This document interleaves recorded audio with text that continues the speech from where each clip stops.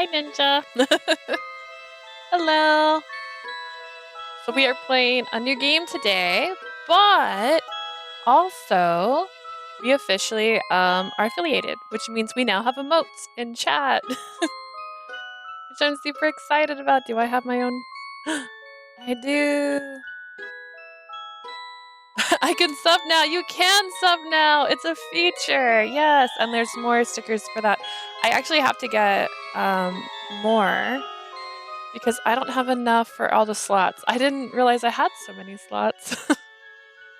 But we officially have stickers. I'm so excited. I don't know if I should switch them the other direction, but they're not perfect because they weren't made for this. This is actually this that I use for when I do my thumbnails. Ooh, thank you, Ninja. Wow, thank you so much for subscribing. I appreciate it. Oh my gosh. You're too funny. Oh my goodness. But yeah, we just became affiliated. Yes, not yesterday, the day before yesterday. I almost streamed just because of it, but then I was like, no, because I got to figure out all the settings and stuff. And so I played around with them yesterday. I still have more stuff to do. So we get to decide what our channel points are called, which I need to figure that out. And then we get to make super cute subscriber badges. So that's going to be the next thing. Hey, Ray, welcome to the chat. Hello, hello, hello. We have stickers now. We have emotes now. We can emote. I'm super stoked about this. I was so excited. Should points be carrots? For a second, I did think about that, but the thing is, carrots are not good for bunnies. I honestly was thinking maybe cabbage, because then cabbage would kind of fit with Rapunzel, which is a love story, and cabbage is way better for rabbits. But that was a thought I had too. Carrots are more like iconic for rabbits, but it's misinformation. Cabbage is cute. See? Maybe cabbage. If we get a few people in chat today, we can maybe do a poll, because I know how to do polls now. Also, when I started this, I finally learned how to do hotkeys. This is so sad. I'm like staring down. I can do this now. It's a hotkey. The screen for this game, this is the actual size of the screen, so I had to work around it. I feel like the music still seems really loud. I even turned down the soundbar just now.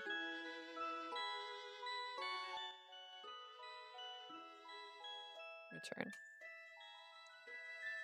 And I'll turn the actual volume back up.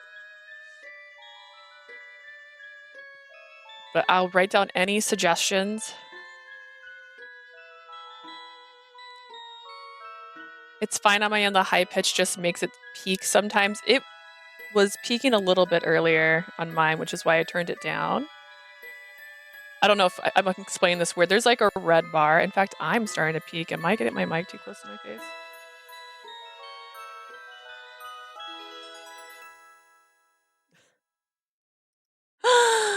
Oh my gosh! Thank you, Ray. Thank you for subscribing. Thank you so much. I appreciate it. Oh my goodness. I'm embarrassed. Thank you. But I was also thinking about badges too. So I was thinking of getting little choppers. Chopper. This is not One Piece. I was wondering if you're going to stream today. I am. I'm going to play this today. I don't know if I can finish it today. I have plans about 3 o'clock, so I'm going to be playing for a few hours, but my goal is to finish it. I'm just so excited. Like, seeing the little emotes make me so happy. Oh my goodness. They're so cute. Oh my god, guys. Thank you so much. I might cry, dude. Don't make me cry. You highlighted your message. Best streamer ever. Thank you. It's a lie, but I appreciate that lie. It makes me happy. Dude, I love all the new things. Also, there are ads now, just as a heads up. I kind of think it's good for me, because I can use ad breaks to go to the bathroom and actually like get drinks and stuff. So It's gonna make me not sit here for straight 5 hours. But I have hotkeys, man. I'm kind of mad at myself for not having hotkeys this whole time. I can finally do this. Look at this. Look how fast I just transitioned. You didn't see it coming. That's my fault, by the way, for not having hotkeys. Oh, shortcut keys. Hang on.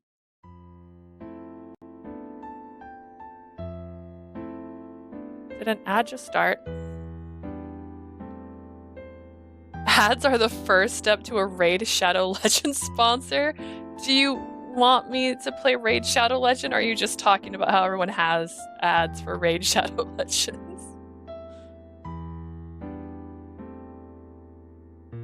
Once upon a time, there lived a little girl with beautiful golden locks. Also, I wore this because I swore Goldilocks were blue, by the way. Ray, you're too sweet. What the heck? I can't love your comment. I can pin it, though. Everyone loved her, for she possessed a heart as golden as her hair. She was kind and gentle and had a warm smile. Her father, however, lacked that one thing she had. Red hair. Not red hair, blonde hair. His heart lacked compassion, for he was a cruel and wicked man. Oh. One evening, a toy maker came to the Locke's mansion. Oh, I want to sub watching the ads. I'll pause. I'll pause reading. I told it to put a notification when an ad goes up, so I guess it didn't do it for me. Watching the ad. I'm so sorry, Asia.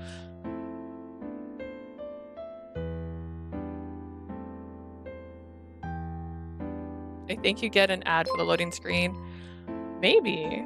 Oh, did I get a notification on the screen? Just gifted 1 sub. Ray, thank you so much. You gifted a sub to Eunice. Eunice has Amazon Prime, fun fact, so they plan on using that to subscribe as well. When I told them about it. I'm back from the ad. Welcome back, Asia. I'm so sorry. Welcome to ads.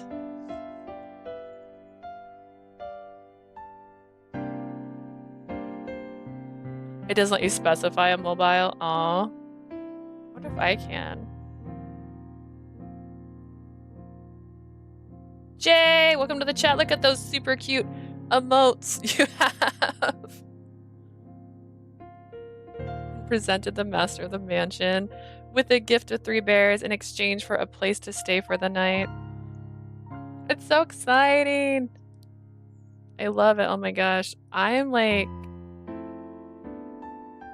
The thing is, when I first made my Twitch account, I assumed you got like a couple stickers just by default. So we had made the emotes in advance. And so I couldn't use them. A place to stay. However, in his selfishness, he refused her small offering and he sent the toy maker away. His wicked heart had no mercy for those in need. Angered by his cruelty, this toy maker casted a powerful curse upon them. Okay, is this Beauty and the Beast? Was I wrong this whole time? No one has seen them since. Now let me tell you another story. Once upon a time, a girl lost in the forest and found a mansion. What happened next? Well, that hasn't happened just yet. You see, that girl is yours truly. My name is Aurora Ronali, and this is my story. My eyes gleamed, staring at the letter in my hands. From this day onward, I would be officially employed. My landlady always complained that someone as clumsy as me would never get a decent job, but guess what? I was actually hired as a cook for a famous restaurant in Glendale, the next village over. I'm from Phoenix, so that's actually funny because Glendale is the next village over. Though truth be told, I was surprised that I even got the job. Oh, what did I just do? I don't deny that I am clumsy. Did I hit the dial again? I approached the landlady to bid her goodbye with a triumphant look on my face. Oh, she's so cute. Isn't this the moment where you say, I'm an amazing person. So you'd like me to lie. Indulge me just this once. Well, I am glad that you got a job. It means I would have one less troublemaker on my property. I'm not a troublemaker. Really? How about that time where you accidentally kicked one of my customers in the gut? He was touching me where he wasn't supposed to. Gone on a weird route. And that day where you poured a bucket of water on the village elder? It was meant to be a prank for someone else. How about the poor man who suffered several fractures because you left a banana peel on the stairs? Why is this woman alive? This MC is me. uh, she let out an exasperated sigh. See, don't get me wrong. I like you, Aurora. Aura? Ara? I'm gonna add Aurora. It's gonna have an extra R and an O. You've been like a daughter to me ever since the day your mother entrusted you in my care. But if you continue causing trouble here and there, who knows how your future will turn out to be? I'll be a great chef. Will I, though? She let out another sigh. Just make sure that I don't hear news about a crazed young girl burning down an entire restaurant. I won't burn anything down, I promise. Honestly, that's how I end every sentence before I leave my job. Don't set anything on fire. Don't burn it down. Be careful, okay? Yes, ma'am. I gave her a hug, thanking her for everything, and then started marching towards my bright future. You're gonna burn something down. Please don't. It's ill-advised. Fire is uncontrollable. Where do you think you're going? To Glendale. Where else would I go? I don't. Glendale is in the other direction, young lady. Well, did I break this? Did my mouse battery just die? That'd be funny. It might be dying. This is a plot twist. Do I have another battery over here? It's blinking red. It's how I know. It's how you know. Hang on. I'm gonna go grab a battery. 1 second.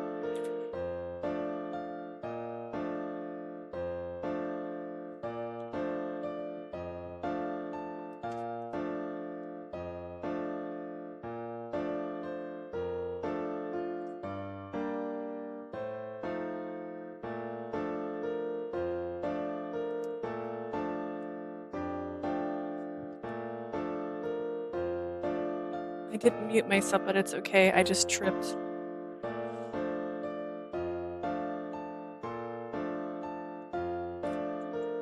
Okay. I've stolen someone else's mouse, but I don't know how this one opens. Haha. She'll never know.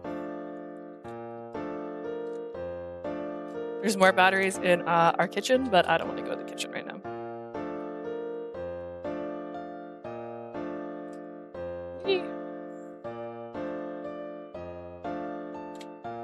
Just saying, that's a long walk. You better now. You stop being dramatic. Do you work now?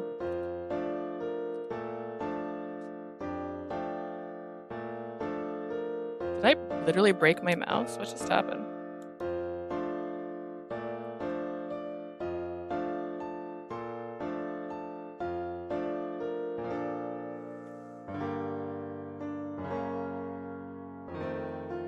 I have to steal her mouse entirely. I've been playing all of 5 minutes and I've already broken the controller. What have I done wrong to you? Why are you mad at me?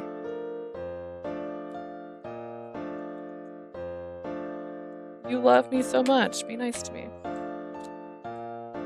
Also, I have a Logi mouse. I don't know if that matters to anybody, but it's my favorite because it's wireless. However, it's not my favorite right now because it's acting like it's not working.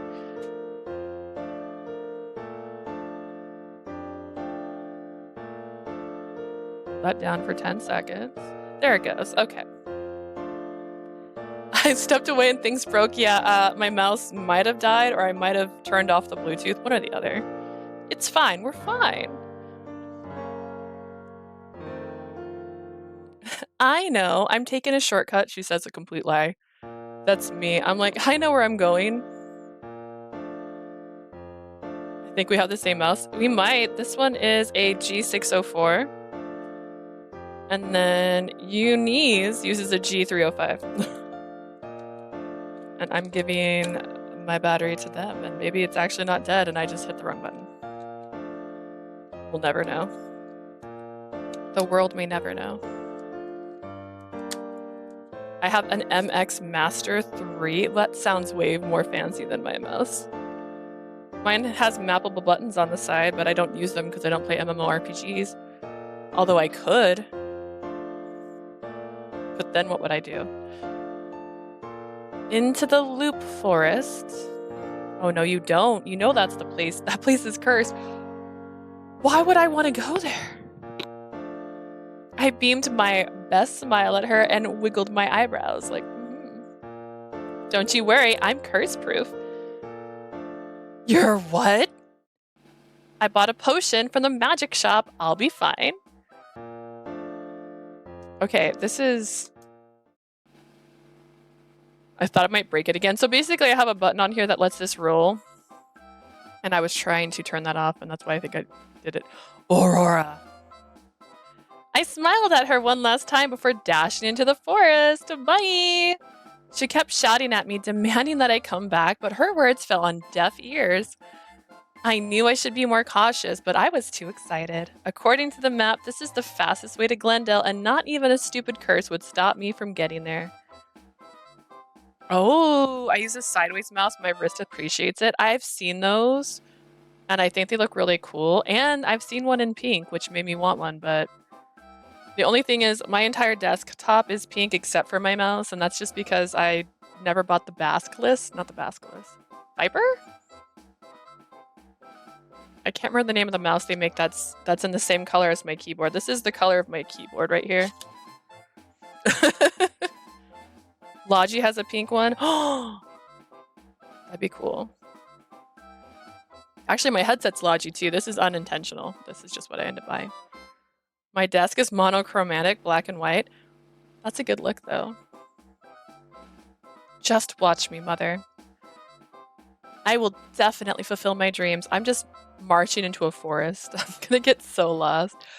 Or maybe not. I glared hard at the ribbon I had tied to a branch half an hour ago. I'd been going around in circles for a couple of hours already, and frustratedly there was still no sign of my destination. Look at the Discord Otome. Ooh. What's an Otome? What?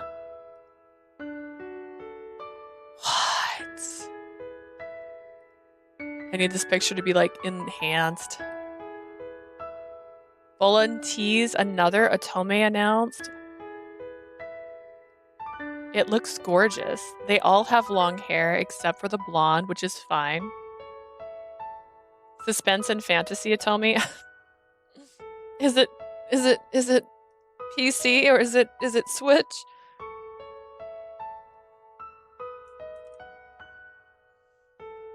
Also, Jay and Asia, we were talking about what we're going to call our channel points. If you have any suggestions, please make them. Switch! Oh gosh.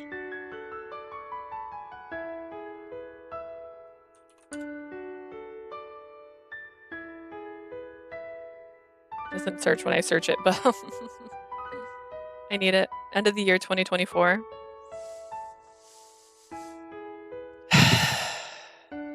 Everything. There's so many games coming out right now that I kind of want to cry. The Loop Forest definitely lived up to its name. I'm going in circles. The magic doesn't even work. I want my money back. I screamed at the top of my lungs.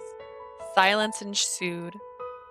I really was lost. I was in another Otome server and saw the announcement. I was like, what the fuck? More Otome games? 2024 is our year, man. We got the Dia Factory festival where they're going to be announcing more Otome games in July. Like, there's so much. But the loot force wasn't the only thing I needed to worry about. The Deluxe curse, it had been a famous story in our village for many years. I'm ready. My wallet isn't. There's I don't know. I think she's just a YouTuber, but she goes by like Richie. She always draws her wallet crying. I forgot about that. It's more in July. I'm gonna cry. Yeah, I'm already crying.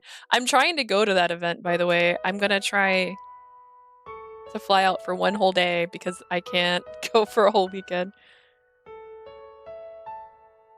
It was said that they used to be a powerful and influential family until a witch casted a curse on them. No one has heard from them since. I wonder what kind of curse was casted upon them. I still have games I need to get. I have so many games. I was talking to someone recently about how the reason I started streaming was so I could play through my backlog. I just keep buying new games instead. Like, I think I've played one of the games I already owned. Just like one. I walked past the ribbon shrine again. I hope to get out of the forest before darkness fell. I literally finished a route in Gilded Shadows and start another route plus more visual novel demos. Yeah, and I have 2 downloaded, so I don't know how long this game is, but if I happen to get through it in a couple days, I'll probably do demos on Thursday, or Jack Jean. So we're gonna see. It's super dark. I placed my hand over the golden locket around my neck. This is what Sympathy's Kiss was missing. Little pictures like this bring me into the story. It was a bit rusty and broken in places, but still it was my most treasured possession. My one and only precious memento from my mother, something of a good luck charm. Literally every day I find more Otome visual novels. I'm crying right now. Asia, you had showed us a list of like 150 games. Oh my goodness. Even though I was already lost, I still believed in good luck part. Suddenly, the sound of rustling nearby woke me from my nostalgia. Listen, I'm listening, Asia. I couldn't tell what it was. It was too dark for me to see. I'm not sorry. It's fair. Yeah! I have to get out of here. I ran. If I stay any longer, who knew what would happen to me? My dream of being a good chef, it can't end here. I kept going as far as I could from that sound, not daring to look back. It wasn't until I saw a clearing that I stopped. There was a mansion in the middle, and I gasped, freezing up at the sight before me. This is... An old Victorian house loomed several yards away, its eerie shadow stretching out as if it was to swallow me in the darkness. I couldn't stop the goosebumps prickling my skin. Though the legend said that Deluxe family disappeared after the night a witch visited them, the house looked pristine and not damaged by the time passing. So this is the infamous Deluxe mansion? It looks more like a haunted house. I mean, that's fair. Oh gosh, just... okay. Oh! Okay. I was finding out what right-click did. I'm glad I didn't end up being big into Otome games. I leave that to the pros. Nietzsche, you can play Otome games. It's okay. I believe in you. You are very good. You can get the path you want. A chill went down my spine. I shivered all the way to my toes. Rumors said they were cursed 7 years ago. 7? That wasn't that long ago. Otome games ruined my life, but in a good way. There's an Otome for everyone. Yeah, see? Are the residents still alive? What if they're dead?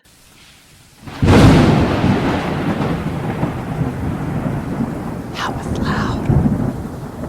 Clouds covered the sky. I jumped when a loud thunderclap struck much too close for comfort. I play other story games. I like RPGs. I like RPGs too when you think about it. This is an RPG. I'm playing a role, and it's a game. The next thing I knew, I was standing on the mansion's porch, staring at an endless curtain of rain that fell between me and the edge of the woods. Talk about bad luck. I let out a long sigh and touched my locket again, thinking of my mother for comfort. I need to get the new Rogue Trader game. I don't know what that is, oddly enough. I have nowhere else to stay unless I plan on freezing to death out here. But am I really gonna stay inside when who knows what is in there? Freezing in the rain or hanging out with possible ghost and residual curses. Oh, man. What a dilemma, right? I'm gonna save just so I have that phrase. Oh, it was perfect timing. Which is the lesser of the two evils? Let's just go inside. Never mind what's inside the mansion. At least I'll be able to experience such luxury before I die. See, she's got it. Bring on the ghost. Even though I made up my mind to go inside, my heart wouldn't stop thumping. My hand shook when I touched the doorknob, the metal bitter cold from the rain.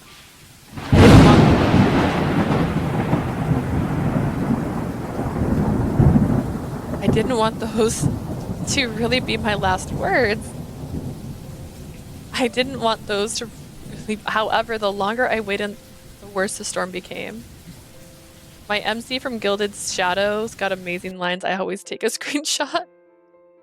Hello, Yoon. Are you eating? What are you eating? Ramen? With the wind picking up, it wouldn't be long before the porch was soaked. Ugh, what am I thinking? It's not like ghosts can kill me. Why not? To my surprise, the door was unlocked and opened without trouble. I pushed it forward but hesitated again, another thought bringing chills to the back of my neck. Wait, they can!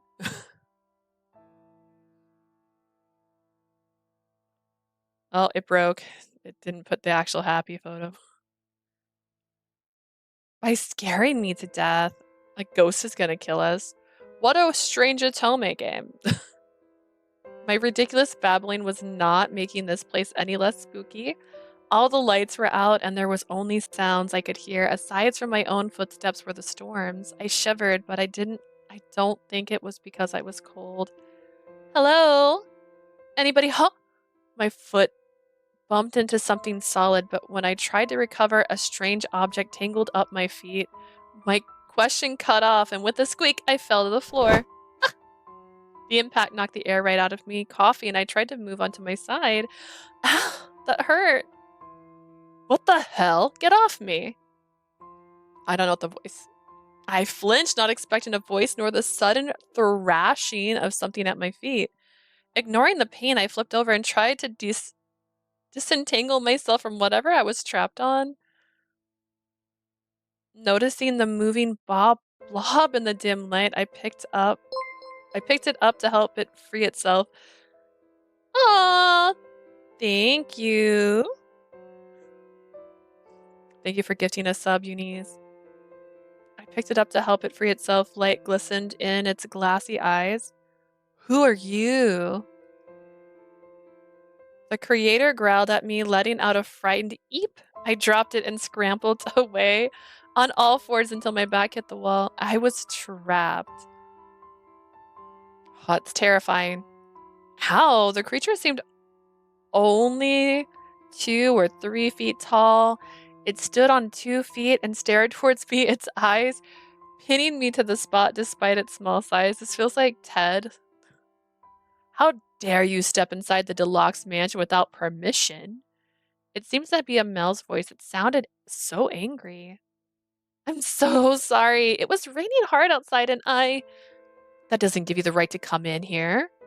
In fact, outsiders aren't supposed to be able to come in here in the first place. I didn't know what to say in response. I had no trouble getting into the mansion. The door just opened, my guy. I remember running and looking for a place to take cover, and it had just appeared in front of me. I could only stare at those scary eyes and tremble. Who are you? Are you a witch? A demon? Are you a minion of the toy maker? The more he spoke, the more frightened I became. I closed my eyes, regretting my decision to come in here. Is the toy maker her mom? Is it? I should have listened to my ridiculous rambling when I had the chance. Royal, you're scaring our guest away. Hearing another voice, I opened my eyes. The next moment, a light brightened the room. The sudden brightness hurt my eyes. I rubbed at them to make the stinging stop. There we go. Finally got the lights working again. I blinked my eyes a few times to adjust my vision. What's going on here? Best be on your way out now, girl, before I get up any bad ideas. Royal! Enough with the threatening. Now that I could see a little, I lowered my hands and squinted at who, or rather what, was in front of me. A large brown teddy bear. I couldn't help myself even with his angry eyes. This teddy bear was the cutest thing I had ever seen.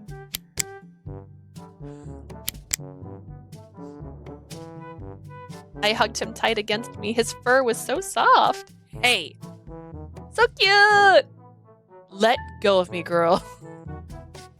The teddy bear thrashed in my arms trying to get free, but I just held him tighter, pressing my hands against his side and belly. So soft and fluffy! Suddenly, soft and fluffy became pain when the unhappy bear sunk his teeth into my hand.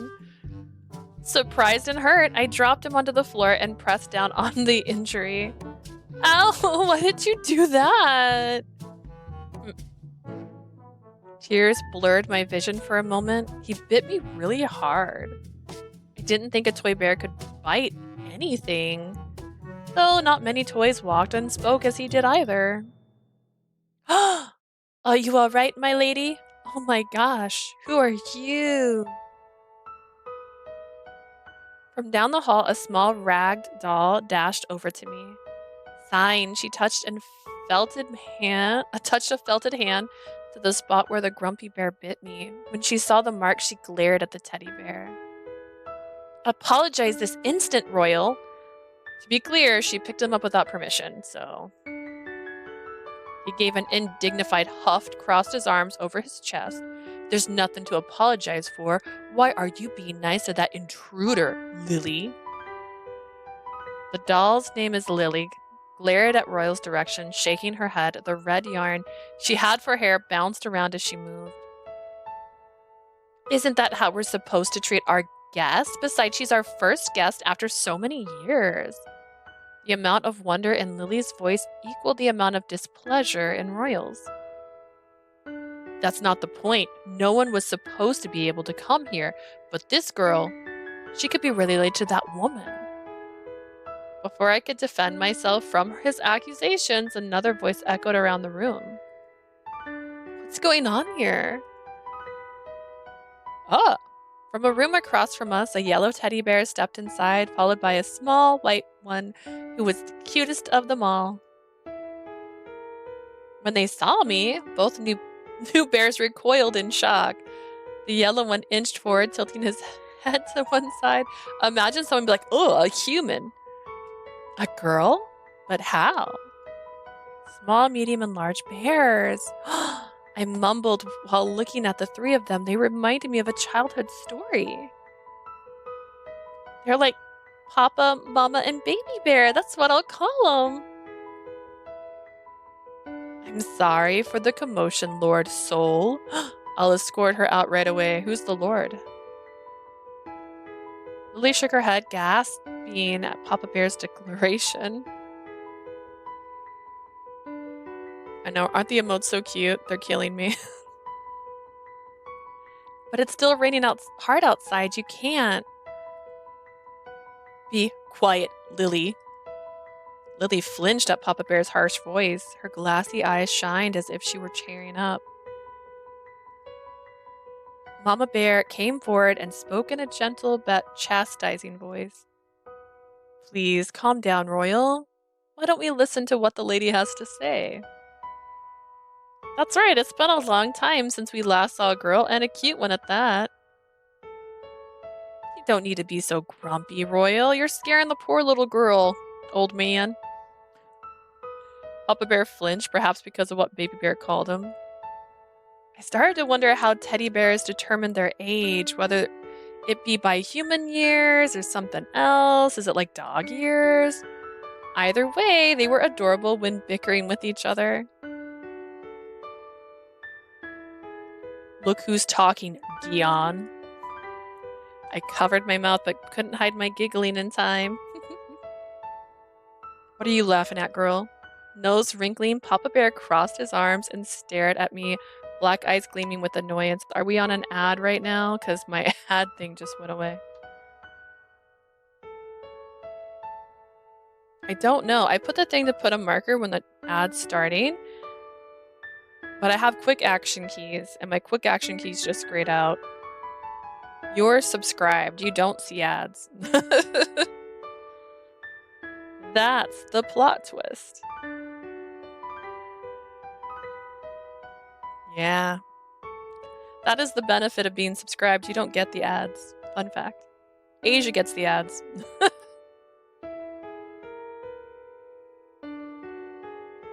just realized I'm drinking my drink, but I also have matcha here.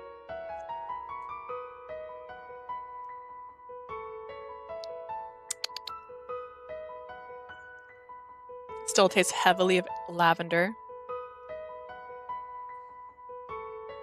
I will say, I'm confused why she's calling Soul Mama Bear. If it's a boy's voice, just saying. Crossed his arms, black eyes gleaming with annoyance. I'm so sorry, Asia.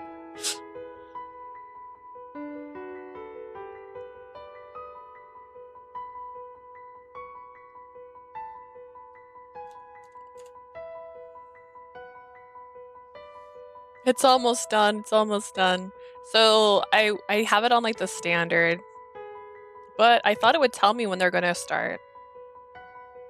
If only it let me pick you. I'm so sorry, Asia. Literally jump scared by ad. Oh no.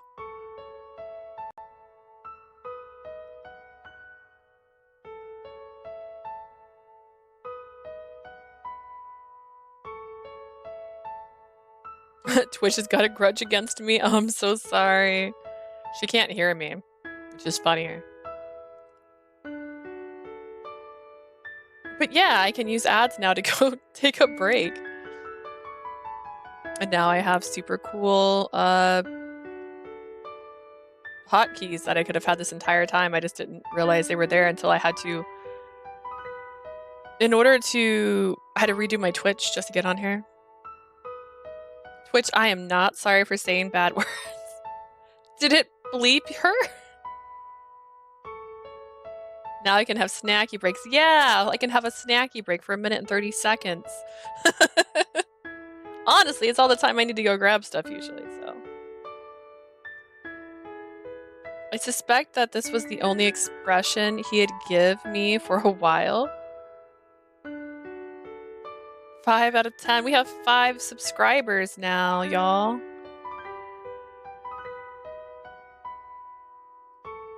Sorry, it's just that all of you must be really close. You did it, Yoon. Well, we have been cursed together for 7 years, but we've lived together for even longer, so it's only natural. Ah, his smile was warm and filled with a gentleness contradicting Papa Bear's icy skull. Scowl, please, can you tell us why you are here? I drank a potion that was supposed to make me curse resistant, but then I went into the loop forest and I've been looping for a while.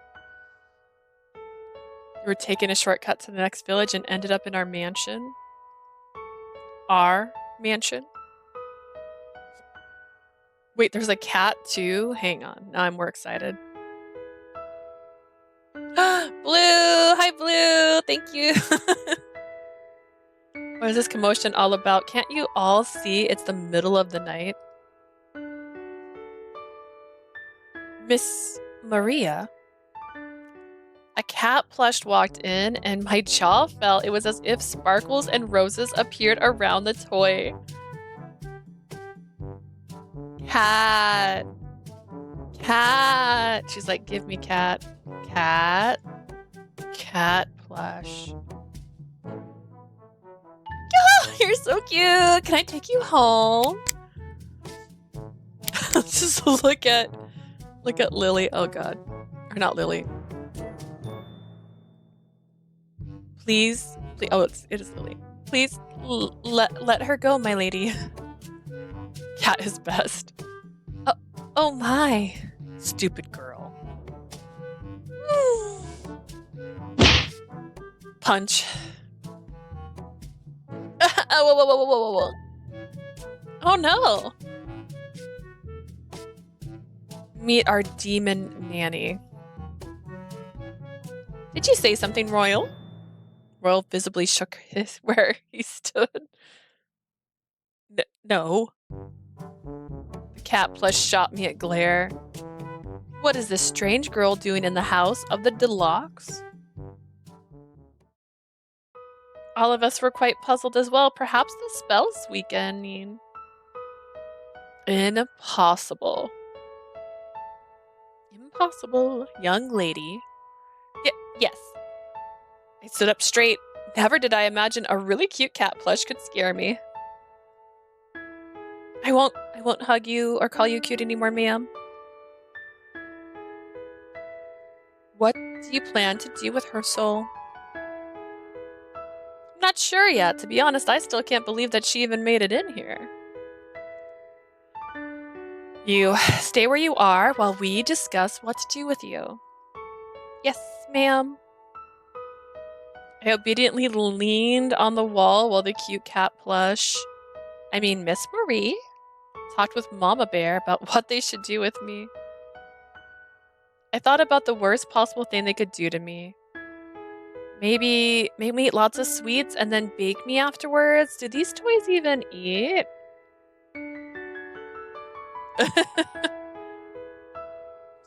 Jay's cheese now.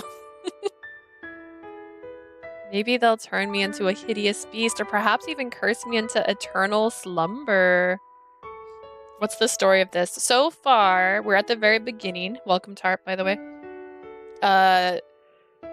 She got a job in Glendale, and so she went to go to Glendale and got lost in the woods and ended up at this mansion. There was a pre-story that a family was cursed by a witch, but how they were cursed was not explained. And so now we've met all these cute, adorable, plushy people. So we're not sure all the while. Maybe they'll turn me into a hideous beast. Or possibly even curse me into eternal slumber? That might even give me they might even give me a poison apple. It's not like these adorable toys could kill me or anything. I glanced at the biggest bear. He probably could. I shifted side to side as I waited. Maybe I can talk a bit with Papa Bear or Baby Bear here. Or should I just wait for Miss Marie to finish talking with Mama Bear? They're gonna kill us for sure.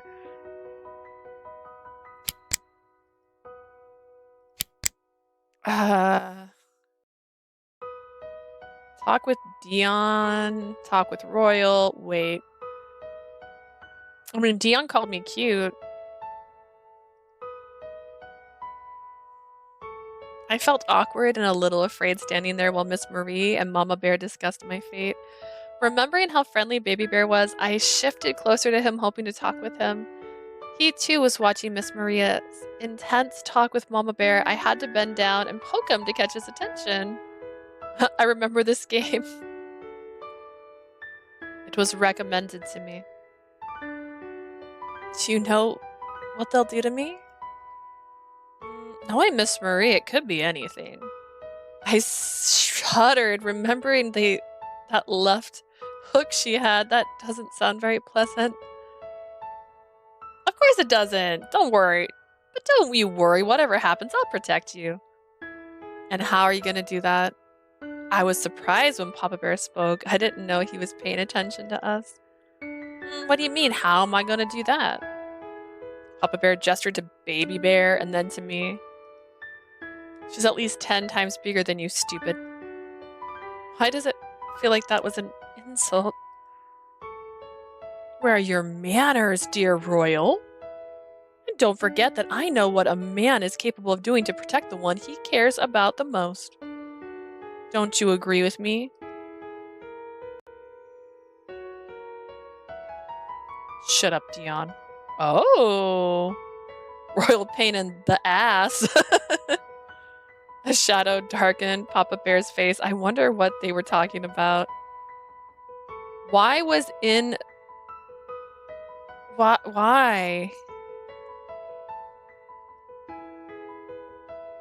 Your first one wasn't? That was weird. Your first comment wasn't censored, but the second one, because you put in, made it censored. I wonder what they were talking about. Are you all right, Papa Bear? I'm already interested in Royal. Asia loves when a guy ignores you. Papa Bear recoiled, his face no longer shadowed by annoyed.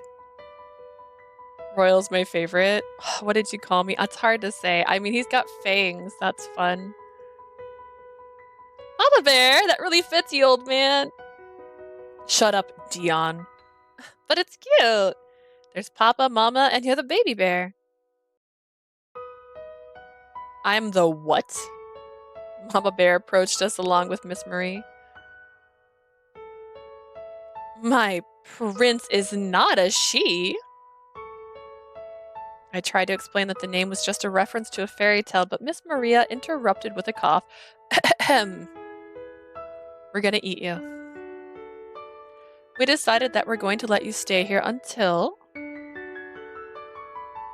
Her last words drift off. I feel like he's a tsundere. I love tsunderes. Like my heart for a tsundere. Until what exactly? Baby Bear raised his paws in triumph. Yes, I'm so happy that she'll stay here with us. And what are you so excited about, Baby Bear? We live tsundere. I like the live more. We live tsunderes. Listen, he can be mean, but like to everyone else, and he likes me. It's fine. It's healthy. Isn't it obvious? We finally have a beautiful lady here in the house. That's what's exciting. Just think about what fun things we can do. Pervert. Sometimes I don't mind rude guys. Plus, I can fight back or talk back to them. Not typically in these games do they let us, unfortunately. Will you two stop acting like children for heaven's sakes? I'll be honest with you, girl. You cannot leave this place ever.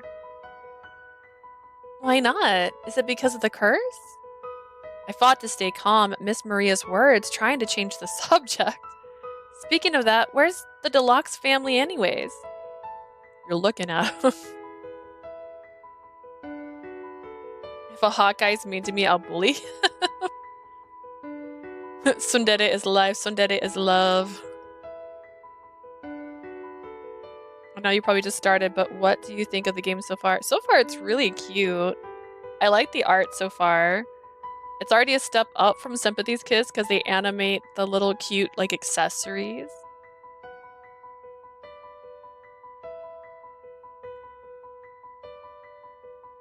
You're already talking to them, you stupid girl. I stared at all the toys in front of me, furrowing my eyebrows at them. You're the Deluxe family? Eh? Eh? My name is Sol Deluxe, and this is my older brother, Dion Deluxe. The grumpy one is Royal LeBlanc, our butler in training.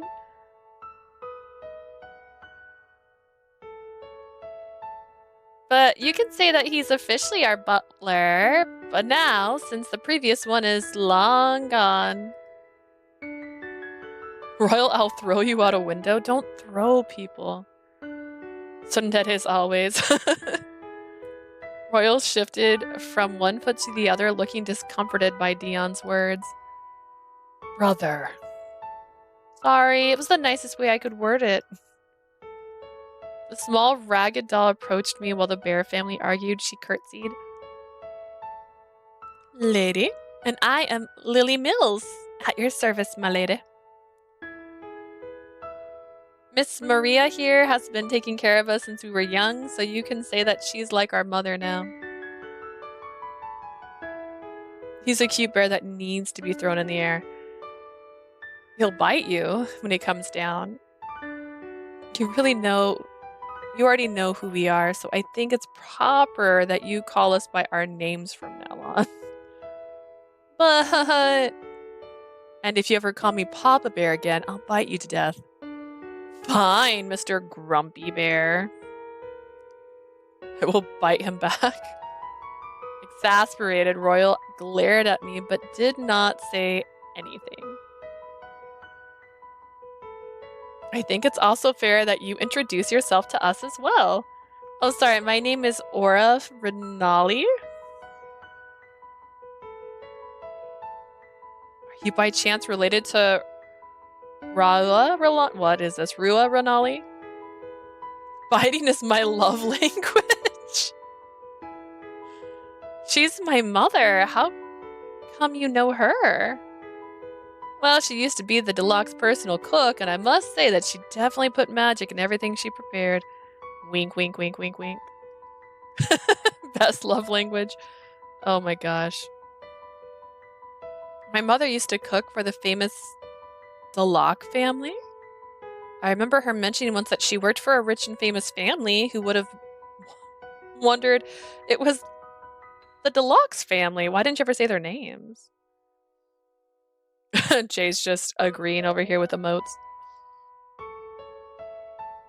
So, how is Miss Rua, by the way? Very good. She died a year ago. I am so sorry. I did not mean to. I forced a smile at her. Don't worry, I'm fine. So, what really happened here? I'm sure that you have heard many stories about us. We were cursed by a toy maker because our father's selfishness. We were turned into toys with the ability to move and talk. Except for our little sister. Little sister? Goldilocks, the youngest daughter of the family. The toy maker took her precious heart away, leaving her as a lifeless doll. Is that the locket I have? And to break the curse, we must return that stolen heart back to Lady Gold. Wink, wink, wink, wink, wink. It's a gold locket, get it? And where's this toy maker you speak of? We do not know. The atmosphere around us became heavy, with all of them bearing such depressing looks on their faces. They've all been cursed for 7 whole years. If they have not found the stolen heart yet, why aren't they doing anything? How do you know they're not doing anything? You just met them. And there's no time to waste. We have to go and find that toy maker. I mentioned earlier that you can never leave this place. There is a powerful barrier that surrounds the mansion. Anyone who dares to try and go into the forest will suffer a painful death once they touch it. The master of the house, Lord Deluxe, himself was the last victim over a year ago. A heavy atmosphere hung in the air when she mentioned him. But I was able to come here. Surely I can... I've seen enough lives taken in front of me, and I'm not about to witness another one. You mean I'm trapped here? We are trapped here, see? We're not laughing at you, we're laughing with you. Trapped. Trapped? Trapped? Trapped? The words continued echoing inside my head. No. You're lying. I can't be trapped here. I just can't. Too bad. You are a little girl. Welcome to our nightmare.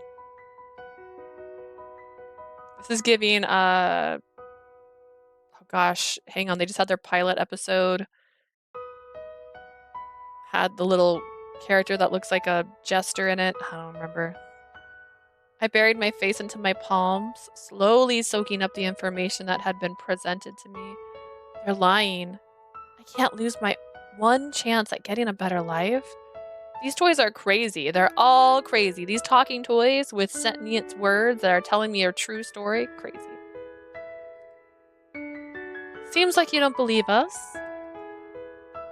Do whatever you want then. You're welcome to leave and you're welcome to stay. Just don't say that we didn't warn you when you chose to leave. Miss Maria, you cannot. She is free to do as she wishes. She said that in a serious tone before leaving the room. I can't believe this. Please, Lady Aura, if you value your life, you must stay here.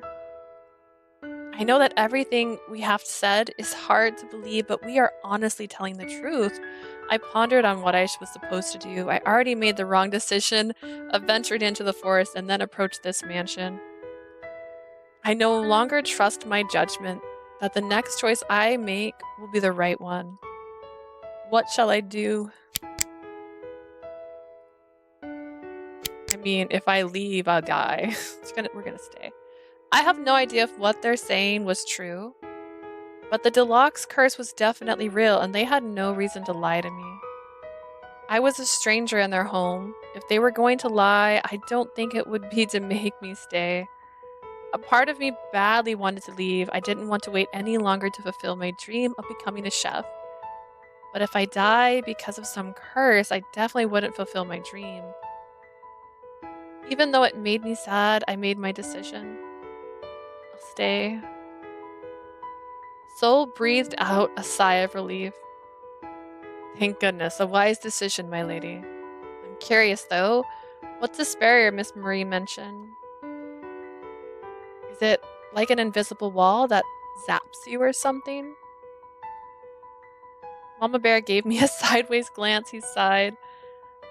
Yeah, something like that. Then how come I was able to go in the first place?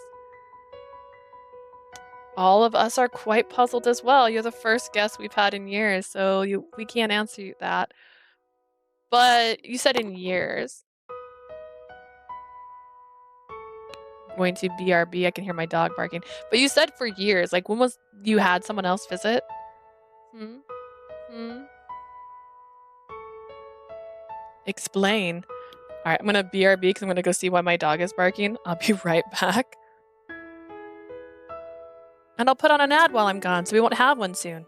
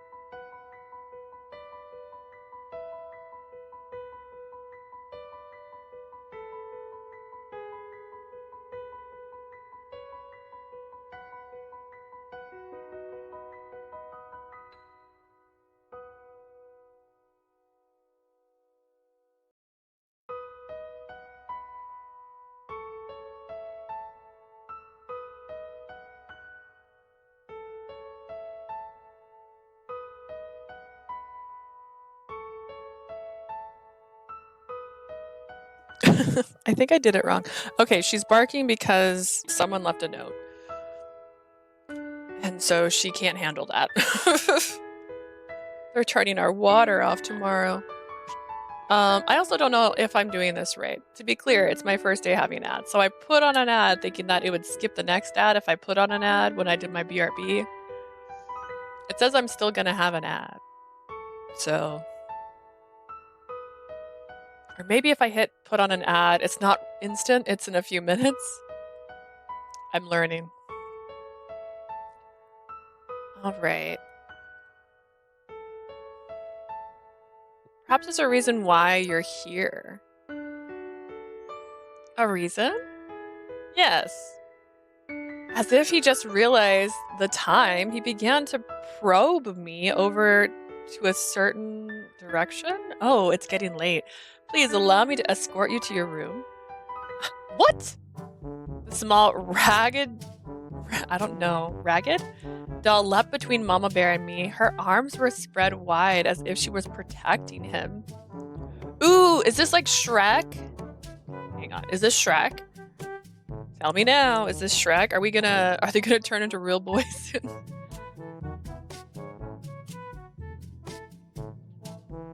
Protect him from what?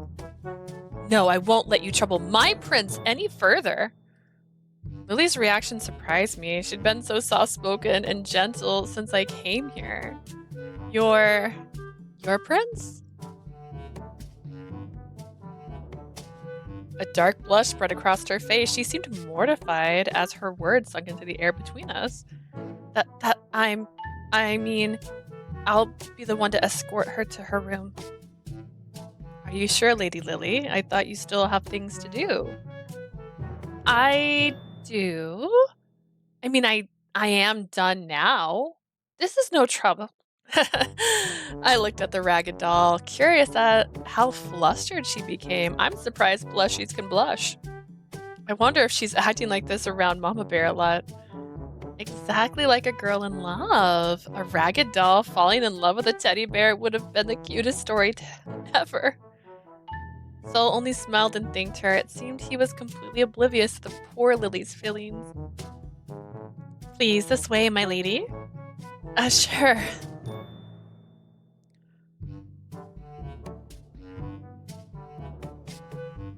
What an interesting hallway. A love triangle? Finally, we get a love triangle. Except it's the opposite of what I wanted. I wanted two guys to be after the girl, but you know what? I'll take it. We walked along the hallway in silence. It didn't take long for the awkwardness to set in, but how big is she? Is she running? Like, how's this going? Is she on my shoulder? Is she, like, pointing? I need to know. She hadn't even spoken a single word since we left the bears. The ragged doll still seemed flustered from earlier. I was very certain she called her prince a while ago. Him? I'm fairly certain that she called him prince a while ago. I felt the edge of my lips curve at the very realization of it. Say! Yes? She turned to me quite abruptly, and her cheeks had become a bright red too. You like 'em, right? I gave Lily a sweet, teasing smile. The fabric in her cheeks lost color. What? How did you know that? Are you psychic? I didn't let the giggling leave my chest, just in case it might upset her. She was adorable when she stuttered. To be frank, you're very, very obvious. No. Pressing her hands to her face, her embarrassed face, Lily fled the hallway and disappeared. Wait! I remained there, dumbstruck. She hadn't even told me what room was mine. A mansion filled with talking toys. Why do I feel like things will get crazier soon? It's like... Oh, hey! I don't know what that was. Is that a cutscene? Did we get a cutscene? I'm gonna mark it just in case. Did I break it? I might have broke it. 45 question mark? Oh. I just realized my hotkeys are working on my side thing. That's my bad. Oh, that means I can't make my markers. Oh no. I'm gonna have to change my hotkeys. Thank goodness none of those needed 9 or 8 because I would have ended my stream. Trying to stand still while 3 teddy bears examined me head to toe. Why? Flashback. Flashback. Lady Aura, I have a favor to ask you. If it's alright, I want to make a dress for you. What? So I began to fidget, his little paws pushing against one another. You see, I design clothes, and it's been a long time since I last made one for a person. Not only was Soul a prince, but a prince that could make clothes. Are we sure he's a prince or if he's just a prince? You know what I mean? We had a prince in the last game we played. He wasn't a literal prince. It was a rare thing to even think about. I stared at Soul fascinated and tried to imagine him sewing. I thought about his favor for a while. But then again, I need a distraction to keep my mind busy from thinking too much about my current situation. If you don't mind me being your model, then I'll gladly do it. End of flashback. I'd be lying if I said I wasn't a little nervous as a tape measure told 3 males my body shape. Even if they were teddy bears, it was kind of embarrassing. Perfect. Finally got your measurements for you. Thank you. Alright. Soul stopped and hopped down from a chair, rolling up his measuring tape. It had been 5 days since I arrived at the cursed mansion of the Deluxe family. And every time I woke up, I was still hoping that everything I discovered was just a dream. I will never forget you, my dearest hopes and dreams. I let out a long sigh as I felt something heavy befall onto my chest. I hope we encounter each other again before the afterlife. The soul and I...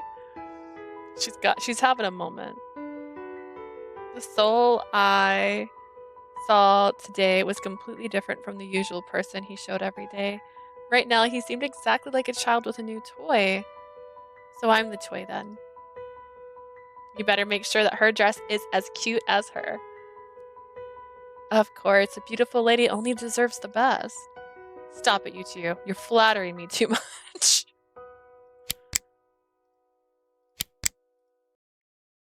We're only saying the truth, my lady. You're both exaggerating. I looked over at the grumpy royal sitting at the foot of my bed.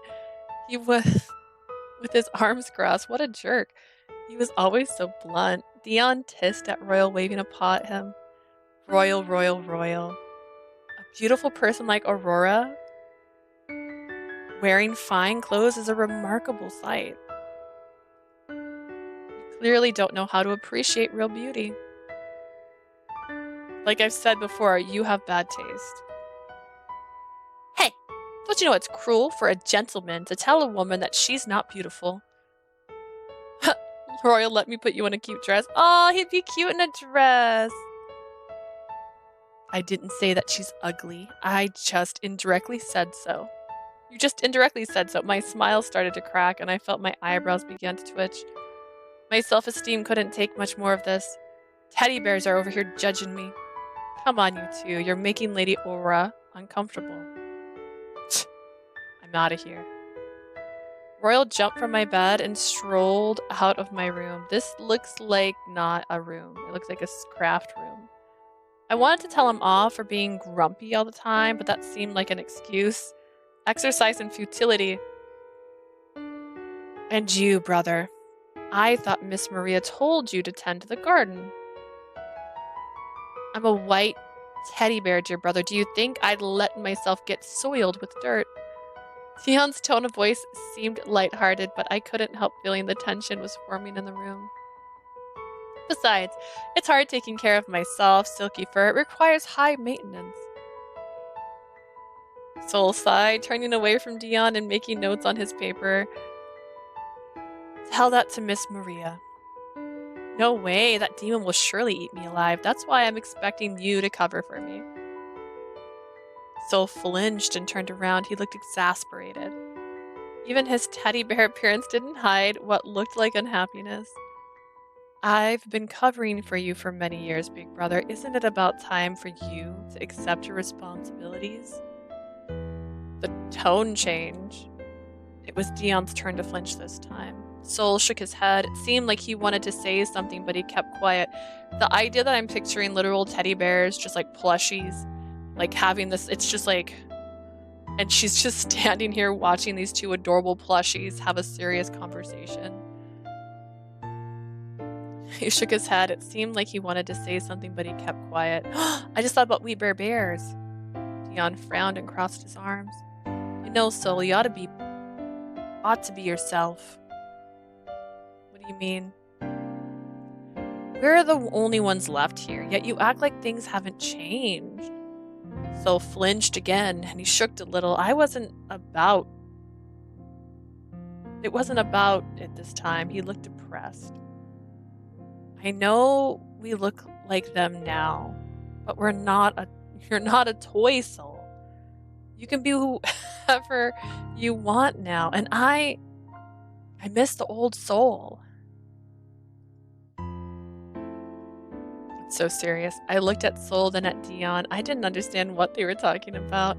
Even though it was my room, I felt like I was eavesdropping on something I shouldn't. Ow! Why does my chest feel tight all of a sudden? I reached in my chest, my hand touched the rusty locket my mother gave me. Anyway, I better go now before the demon sees me here. Dion saluted us before strolling out of the room. I let out a sigh of relief. The tension started to subside now that Dion had left. It must be nice to live carefree while others clean up after you. You're supposed to be the heir, not me. Soul spoke in such a low voice that I didn't quite hear anything he said, but I did. I did get the last part, though. I had heard before that Soul was the next heir, but Dion was older than him. Why wasn't he the next heir? I hope you don't mind me asking. Why is Dion not the heir? I'm not saying that you're not suited to become the heir or anything. Soul smiled at me, but I wasn't the same smile he had earlier. This one felt tired and forced. Brother was indeed supposed to be the heir, but father had some difficulties handling him. He was too irresponsible and carefree. Soul struggled to the last words. I didn't disagree, given what I'd seen of Dion since coming here. He complimented me a lot, but he acted like he didn't have a care in the world. He spent more time dodging chores than doing them. Soul shook his head as if to clear the air, changing the subject. Anyway, I'm very excited to design the dress for you. I didn't dare to further ask him about their troubles with Dion. All I have made since then are the ones that Gold wears every day. As a doll, that is. Can I see Gold? Does Gold have like a heart-shaped cutout that my locket's gonna fit into? That's why I'm looking forward to this. Soul's shoulders slumped and he looked outside the window with a distant expression on his face. All he wanted to be was a seamstress. Father was not pleased when he found out I enjoyed designing clothes. He thought it was inappropriate for his son to like such a thing, especially as the heir to the Delac family. Soul smiled, remained wistful for a moment. I tried to think of something uplifting to say, but the words were stuck in my throat. By the way, what kind of dress do you prefer? I decided not to pursue the tension from before. Ooh, something sexy, something elegant. We're gonna go with elegant. We're inside a house full of stuffed animals. Can I kill? Their father's dead already. He died a year ago. He went outside. I was gonna say and touched grass, but really he touched a barrier. And I'm gonna envision that scene from Endgame, and it's just like fluttering away into pieces. I tilted his Soul tilted his head to the left and lifted his right paw to his lips. It was like he was trying to imagine me in such a dress. Elegant, huh? I want to get rid of him myself. You have to invent a time machine. Well, I have never worn anything elegant before, so it probably wouldn't suit me anyways. An elegant dress would definitely suit you, my lady. In fact, any kind of dress will look good on you. I lifted my head, but I couldn't get the blush off my cheeks. I wonder what he says if he says sexy. I know I said this before, but you really flatter me too much. His reply was another smile, glass eyes glimmering. You're truly a beautiful lady, Aura. You should not underestimate yourself so much. My face started to burn red. Stop that. Now I understood why Lily fell for him. He was good at making a girl feel special. It just wasn't simply the words, but his genuine nature. That's how princes are. Dion flirted a lot, but it wasn't the same as Soul's soft-spoken compliments.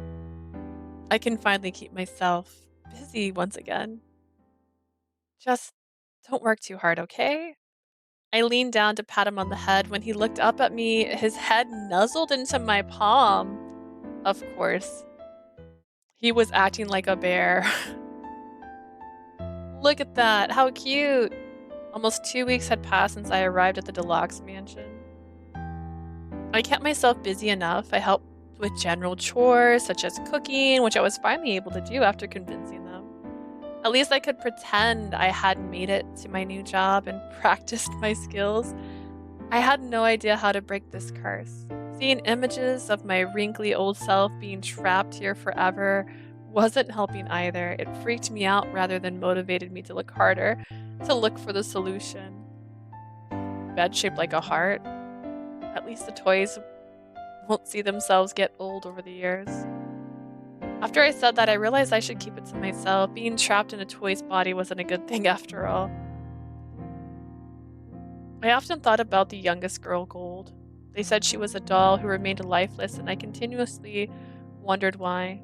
Why is she different? Maybe she holds a clue to breaking the curse. I whispered this to myself while wandering the east wing. I remember that I don't know which room was Gold's. In fact, they hadn't told me anything more about her. It's probably because they don't trust me yet. As I walked the halls, I realized I needed to meet Gold. I just had this feeling in my chest as I gripped my heart-shaped locket. I hope everyone would agree. I knocked on the door of Soul's workroom. It was the room we used for the sewing project. Soul looked up from his drafting board. There were sketches under his paws. Is there something troubling you, Lady Aura? I know this is kinda straightforward, but is it okay with you? Would I be allowed to meet your sister? Soul didn't say anything in response. He sort of tilted his head as he thought and touched his paws to his lip. I'm sorry, I know I'm asking a lot, but you said I must have come here for a reason, right? Soul remained silent. I understood that he needed to think about it, and it made sense for him to hesitate. Kinda looks like a love hotel. That's why she's trapped here. I feared that he would reject my request. He dropped down from his chair and walked past me. Soul, please follow me, Lady Aura. Soul led me to a set of large white double doors. I had seen the doors countless times already, but never really paid attention to it. He opened it and ushered me inside. There she is, Our Lady. Beyond the door, on a velvet siete, sat the most beautiful doll I'd ever seen.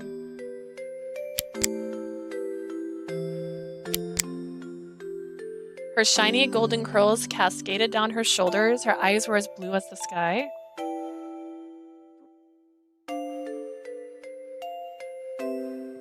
But looking into those eyes gave me a dismal feeling. They seemed empty. This is my sister Gold. Beautiful. Indeed. Soul hesitated and looked at me. I apologize for not introducing you sooner. It's just that gold is very precious to us. We want to protect her at all costs. I hope you won't be offended by this. I shook my head and smiled at him. Don't worry, I understand. Will the others be okay with this? They won't question my decision, but I don't think it would be an issue with anyone. We've been discussing whether to introduce you to gold for some time. Aura? A girl's voice called to me. I whipped my head, but there was no one there except for Soul and I. Did you hear that? Hear what? Someone called my name. Soul gave me a concerned look as I continued to glance around the room. He's like, oh no, audible hallucinations. I didn't hear anything at all. I feel apprehensive. I instinctively reach for my locket and squeeze it for reassurance. It was impossibly warm. My vision blurred and the world around me began to spin. I heard Soul's voice yelling my name, but it faded to silence as I collapsed into the darkness. My heart. I heard that sweet, melancholic voice again, but I didn't understand what it was talking about. Something about a heart? I don't know how long I was out. I clicked the button, hang up.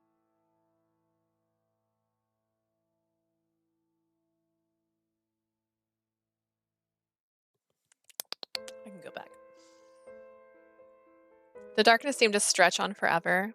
I tried to open my eyes, but I would immediately close them when pain throbbed at my temple. I cringed. What just happened to me? Lady Aura. I felt a warm hand touch my forehead. The sensation was strange, especially since I was in a house with only toys. Lady Aura, are you all right? That voice was familiar, so soft and gentle. Soul? I opened my eyes this time. My head was resting on someone's lap.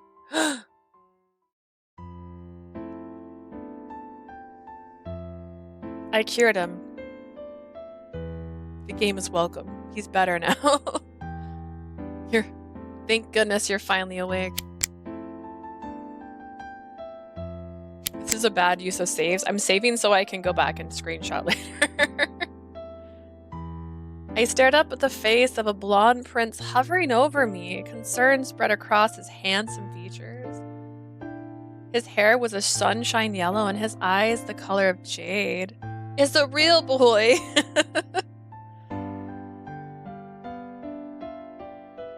Damn, typos. Oh, he is hot. Yeah, he looks lovely. How are you feeling? I tried to get away from this strange person, but my headache shot up to an excruciating level and I felt the dizziness return. The prince eased me back down. Please lie down for a little longer. You hit your head rather hard when you fell a while ago. It was my fault for not being able to help you. For that, I deeply apologize, my lady. I just came back from the kitchen and see the CG. Yeah, we saved him. We did it. Who are you? I don't understand why there was a human here. Only toys lived in the deluxe mansion now.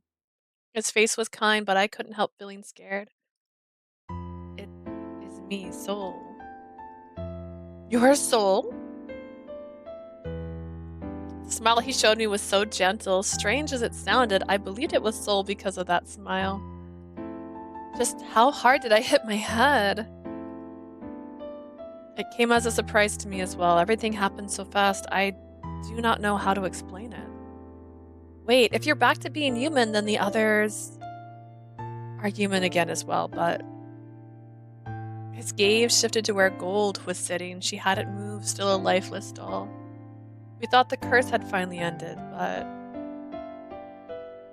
Hearing the soft disappointment in his voice made my chest feel tight. Can you stand? Yes. Easy now. I held onto Soul's arms as I tried to get onto my feet. My legs felt boneless. It took all of my strength not to collapse to the floor again. The higher I rose from my position, the dizzier I felt, unable to stop myself. I fell again into Soul's chest. Oh, woe is I. Please hold me. I apologize for this, my lady. Soul swept me into his arms without any hesitation. My instinct was to flail, but I barely had the energy to speak. Put me down. You are weak and tired. I cannot let you walk in this condition. I opened my mouth to argue, but I couldn't even muster words anymore. I felt so tired. I closed my eyes and leaned against Soul's chest. The rhythm of his heart echoed in my head, lulling me to sleep.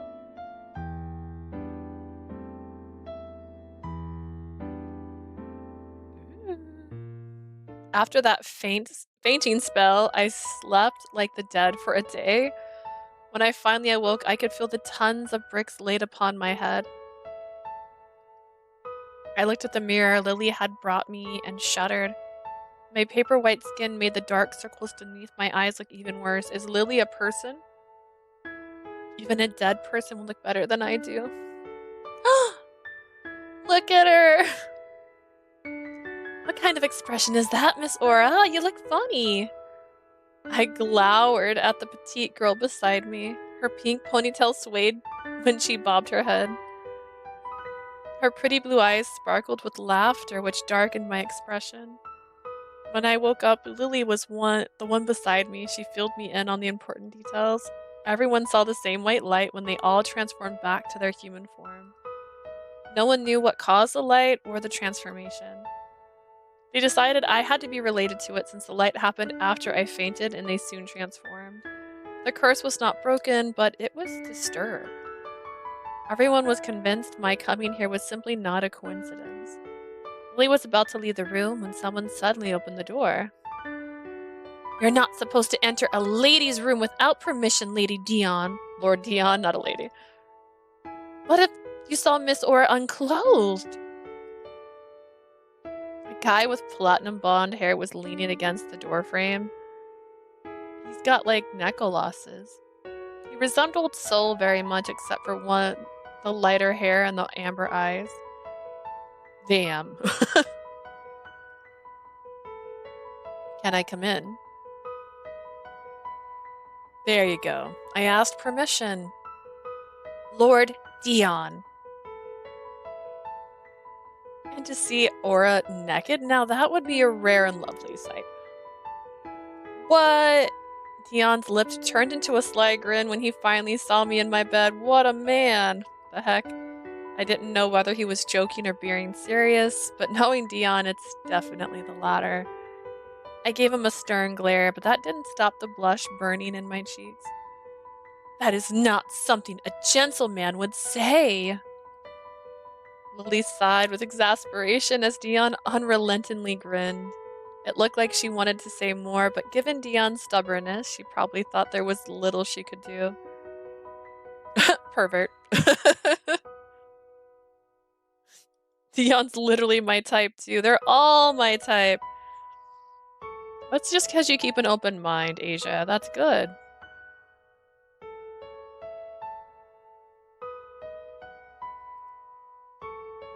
I had better go and help Miss Maria now. Please do not cause Miss Aura any trouble. Dion raised both his hands in surrender, but his grin didn't change. Easy now. I won't do anything. Good. Lily gave him one more glare before leaving the hall. Dion shrugged and wandered into my room. That was a rather interesting conversation. There are consequences to seeing me naked, though. You'll no doubt suffer permanent blindness. He chuckled. I don't mind being blind forever, knowing that the last thing I've seen is something so beautiful. A deep blush covered my face and I glared at him. Pervert. Dion chuckled again. Literal sparkles around his head. I'm glad that you're all right. My brother has been so worried about you, you know? Really? Yeah, I'm sure he'll be here in 3, 2... As Dion counted, the sound of soft but rapid footsteps came hurriedly down the hall. Soul stumbled in and stood beside Dion, bending down to try and catch his breath. And 1. My lady! Soul huffed between words, pressing his hands to his chest as he regained his breath. You are finally awake. I gave Soul a worried look. Are you all right, Soul? Do you have asthma? 'Cause I do. I should be the one asking you that, my lady. I came as soon as I found out you were awake. Dion leaned one arm against the wall and whistled a low sound. You seem more worried than usual, Soul. How suspicious. He's blushing. Soul blushed at the smirk Dion wore with pride. Stop that, brother. As usual, it is really fun watching my brother get flustered. Little brother. It took me a moment to remember that Dion was the older son. It didn't help that Dion was a few inches shorter and Soul behaved with a greater air of maturity. When they stood together, it was easy to forget who was the eldest. So noisy. Can't you keep your voices down, Dion? It's still so early in the morning. There he is! A third male came in from the hall. As he walked in, his dark skin and piercing silver eyes were revealed, which seemed even more dangerous when combined with the annoyed look on his face. And this must be Royal. Asia, my type is alive. I don't think that's true, actually. I'm pretty sure Asia doesn't mind a ghost or two, or a monster of kinds. Royal looks cute. I like his gloves. What's the problem, old man? It's not like anyone can hear me anyway. There are plenty of animals who would disagree. You got that right. Listen, hey, I wasn't judging. I was just saying. I just realized chat's too high. Hang on, let me fix that. If I know where it's at, that is. There it is.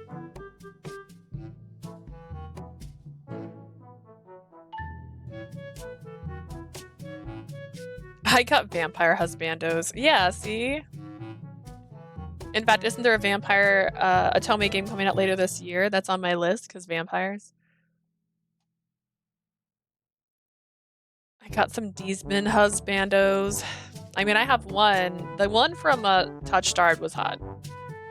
Dion smirked at Royal and swung his hands in a dismissive wave. And since when did you become so friendly with animals? Since realizing they're higher beings than you and deserve the respect. Royal certainly didn't fit the butler role when he spoke to Dion, a deluxe son, in such a manner. I guess 7 years as teddy bears changed their relationship. Or maybe they were always close enough to argue this way. So you like the king of the forest now, Papa Bear? I flinched at the nickname, having forgotten about it after my sleeping spell. The fact they weren't using it prior is almost ridiculous. Royal shot me a glance, and I immediately faced the floor. This music goes really well with Asia's reaction. I need to think if there's a ghost love interest. I mean, technically there's Casper, but he's not a ghost. He's deaf.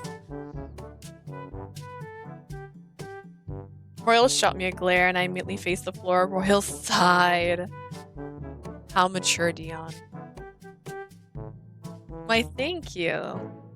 I shifted uncomfortably on my bed, lifting my head a little. I wasn't bothered too much about it, but they were arguing in my room, which seemed inappropriate even if I was only a guest in the house. I think Soul realized my discomfort because he stepped between Soul and Dion.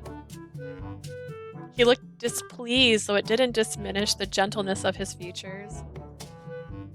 Gentlemen, Aura is a lady and our guest. Please show some restraint and respect. I saw Royal wince, but he didn't show much remorse. I have no time for idiots like him. Chastained, Royal shot Dion a glare and left. I thought he looked a little sulky at being told off, but it might have been my imagination. Royal's still a grumpy old bear. You know, instead of a silly old bear, he's grumpy. The knowledge was a little revealing. I was getting used to his growly personality, and I would have missed the grumpy Royal. There you are. That voice. Following the sudden voice, a lady with long dark hair and startling red eyes came in from the hall. There was a demonic aura around her, not weakened by the deadly glare she aimed at Dion's head. Zoo! She is really cute. Miss Maria. Fancy meeting you here. I gasped at the doorway. This is Miss Maria? I had always imagined her to be a school teacher or something similar to my previous landlady. Not too old, but showing plenty of age as someone tasked to take care of the deluxe children. Miss Maria, however, looked to be only in her mid or late 20s. Slacking off from work again, huh, Dion? I was just... Miss Maria didn't give Dion the chance to finish his taking hold of his ear and then proceeded to drag him towards the door. I couldn't help wincing. Ow, ow, ow, ow, ow, careful with the ears. Stopping before she left the room, Miss Maria looked over at me as if discovering I was there. Her arms lowered a little, pulling Dion down with it. Her teary eyes made my heart bump in sympathy, even if he did it to himself by avoiding his chores. You love her. Well, you can't date her, I don't think. Oh, so you're finally awake. Yeah.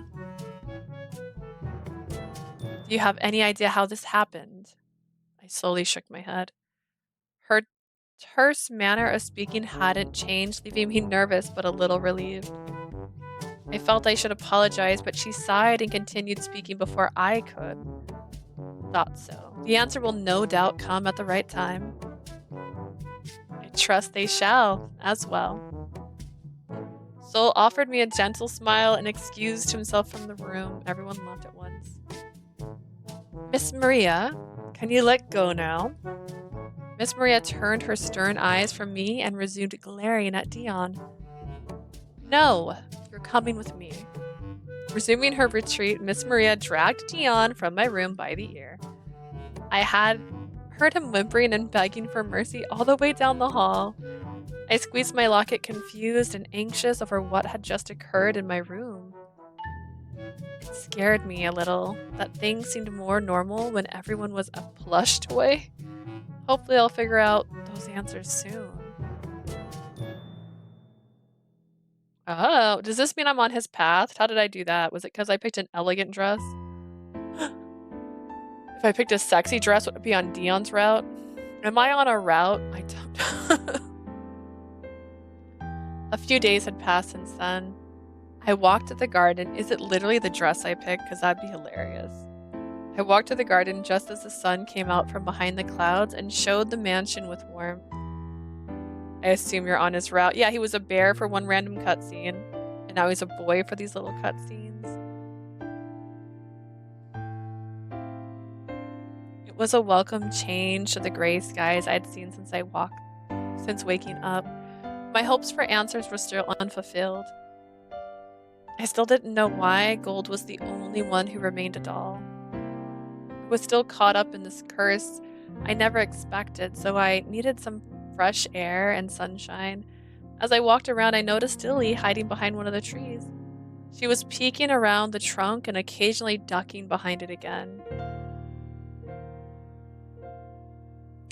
You were on his route before you chose what dress you had to choose?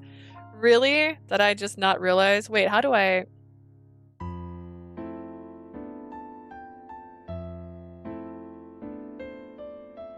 I clicked the wrong thing. Is there like...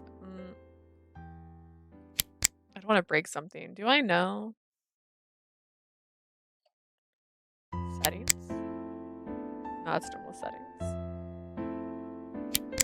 I don't have a love-o-meter. As if she were secretly watching something, or rather someone. I already have an idea who that someone is.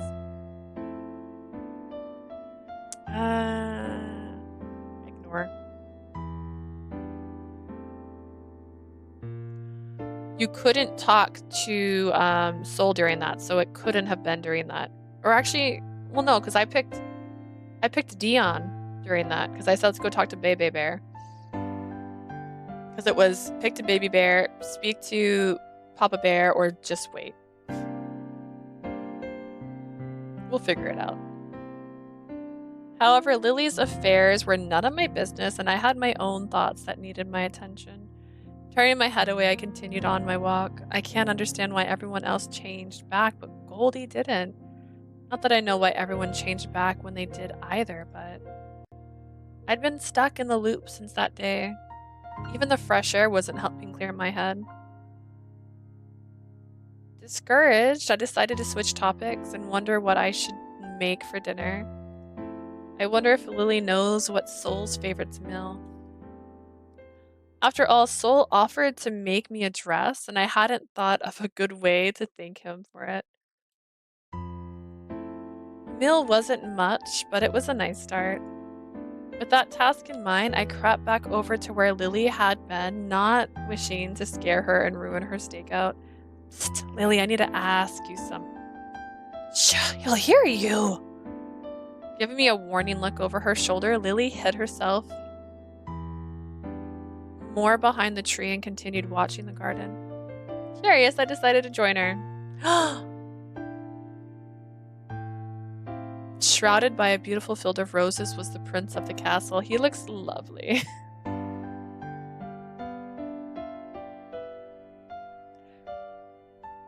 Let's see. No.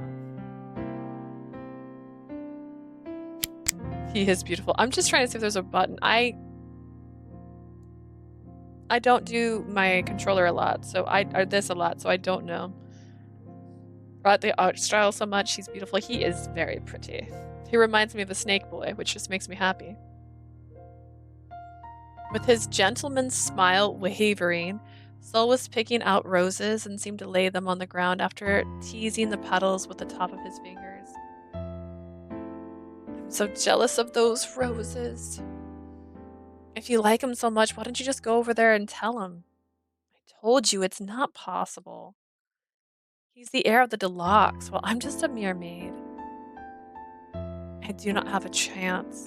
I admitted I wasn't knowledgeable about the customs of the upper class, but I didn't understand why they couldn't be a couple. It's not like we're currently not cursed in a little biodome of our own here. Lily sulked at me. Can you not understand? Prince Soul is out of my league. I mean, his name is Prince Sun. I guess that makes sense. Love knows no boundaries. How encouraging. Her sarcastic tone was so un-Lily-like. I still didn't understand her hesitation, but I did understand why she liked him so much. Just thinking about it brought another smile to my lips. Lily gasped. You. Eh? I knew it. You also like him. Where did you get that idea? I cannot blame you for liking him as well. He is Prince Soul after all. I shook my head at her. It was true that Soul was handsome and he made me blush a little, but I didn't think I liked him as Lily claimed. I don't. Lily patted me on the shoulder, clearly ignoring my words and confusion. But you are my friend, Miss Aura. So if Prince Soul chooses you, there will be no hard feelings. What a class act. I promise you that. As I gasped at Illy's bizarre train of thought, Soul came up behind us. He was carrying a small bouquet of roses in his arms. What a sweetheart, I know, right? I was about to say you can't blame us for liking him. I love Lily. Yeah, she's sweet. Lady Lily, Lady Aura, what are you two doing? Hiding out here. We both turned around, flushed deep red at being caught. Prince Soul, we were just discussing how best to handle our chores. Miss Maria wasn't in a good mood earlier. My shaky voice betrayed my confidence in the lie, but it was certainly a believable one. I want to hug Lily so much. Agree. Soul tilted his head to one side, like when he was a bear. Really? Yes, that's right. Divide and conquer. I see. I hope she isn't giving you too many troubles on such a nice day. He actually believed it. As if remembering something, Soul dropped the subject and lifted a rose from the stack. For you, Lady Lily. For me? Her face went scarlet. Yes. They are beautiful, are they not? It was cute seeing Lily so flustered, though I was a little worried for her as well. She kept saying it was impossible to pursue her love for Soul, so maybe this kind of thing hurt her too. Oh my! You do not look well, Lady Lily. My, are you sick?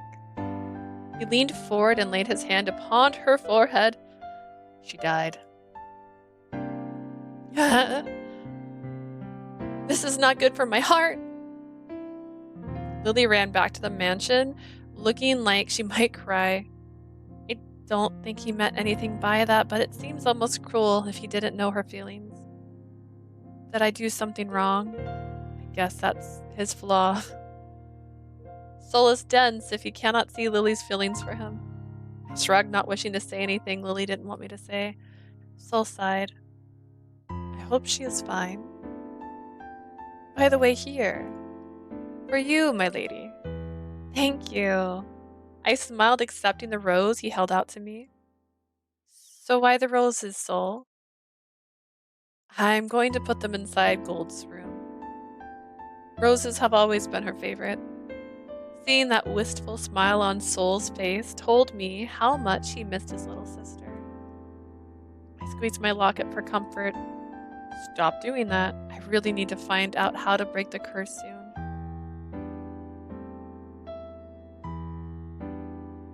I like that the music doesn't stop for the little cuts transitions.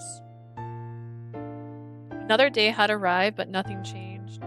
Dion seemed to evaporate whenever chores needed to be done, and today Miss Maria was particularly frustrated over it. After she fired off a lecture at Lily and Royal for allowing such behavior, I volunteered to go find him, if only to restore some peace to the household. Finding him was easier said than done. I checked every room, I paused but couldn't find him anywhere. I shuddered at the thought of returning to Miss Maria without him. I want to hug Lily, she's so cute. She is fresh. Wait, did that just do something weird? It acted like that was brand new. As I roamed the halls, I noticed that the doors to Soul's workroom was ajar. It seemed unlikely that Dion was in there, but I had to check for my own safety. I had to be sure. Like, what if he went in there? Just because it's Soul's room doesn't mean Dion's not hiding. What a perfect room to hide in. I peeked in. I almost knocked, but stopped my hand when I saw Soul asleep on his desk. There were papers scattered beneath his hands and on the floor. They seemed to be sketches and pattern designs. There was a few mannequins standing like soldiers along the walls and wearing unfinished clothes. One wore an unfinished white dress. The honesty of his workplace brought a warmth to my heart, brought on a warm smile. This is the real Soul, I can feel it in my chest. I snuck into the room admiring the skills and beauty of the sketches I avoided stepping upon. I froze. I looked over at him, waiting until I was sure that he was still asleep. I couldn't deny he had lovely features. I blushed at the thought, realizing I had been staring at in my efforts to be sure I could escape unnoticed. Before I could dwell on it, Soul spoke. Sorry. I narrowed my eyes at him in confusion. He seemed to be asleep, but all of a sudden the calm of his expression contorted into that of pain. I promise to be better, so please no. No. Based on sweat rolled down, beads of sweat rolled down his forehead as he continued to cry out in his sleep. Soul! Afraid of what kind of nightmare could torture him like that, I shook his shoulders. Soul, wake up! His eyes shut open and he flung himself away from his desk. Now on the ground, trembling upon his knees, Soul gazed at me with a terrified expression. He was ghostly pale and there was tears in his eyes. They were the eyes of a child after seeing a monster. I knelt down and embraced him. Shh. It's all just a dream. Lady. Laura? I reached out and stroked his hair, resting my cheek upon his head. Don't worry, you're safe now. So wait, I know it was 7 years ago. Were they literally 7 years younger? Do they look the same as when they were brought to life? You know? I'm just curious. I didn't answer with words. His arms came up and gently held me back. Startled that I had turned this into a hug, I tried to let go, but he clung to me. Soul. Not yet. I know it's inappropriate, but can we stay like this a little longer? Please? I didn't have the heart to reject him. In the end, I wasn't able to find Dion. I couldn't help thinking he really did have the ability to evaporate. I finished cooking dinner and then went to help Lilia set the table. Soul stepped into the dining room looking frightfully exhausted. I need to also know, does food just appear in their house? How do they eat?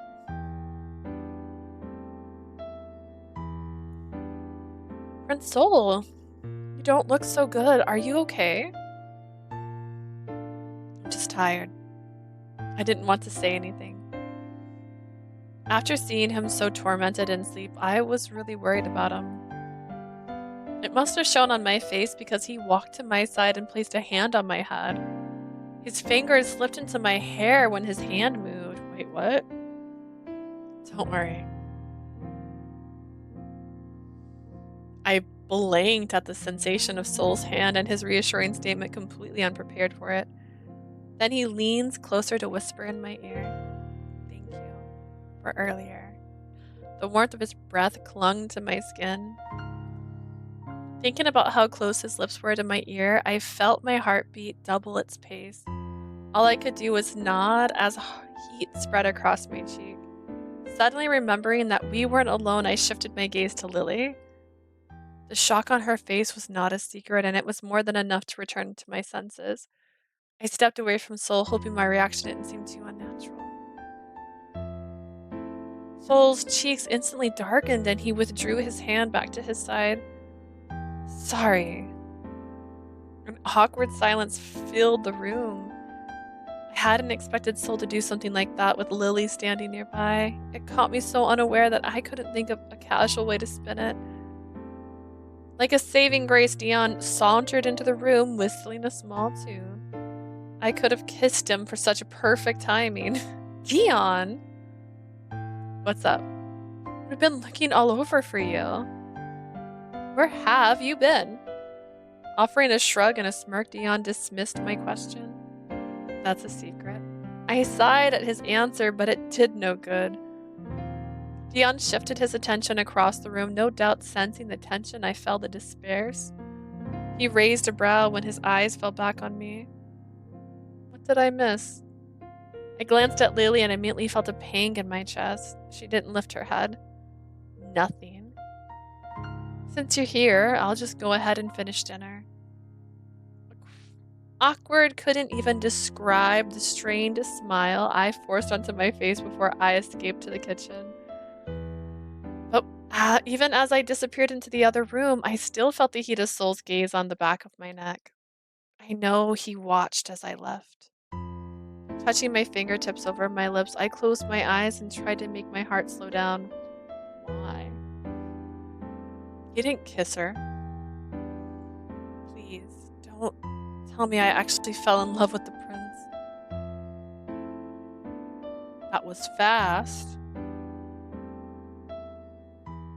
I barely slept that night, fussing and worrying about this love triangle I foolishly stumbled into. I had to stop these feelings before their roots reached too far into my heart to weed out. Lily said she wouldn't be upset since we're friends, but I still didn't think it was fair that I pursue these feelings when I knew how much she liked Soul. I didn't know what to do about this.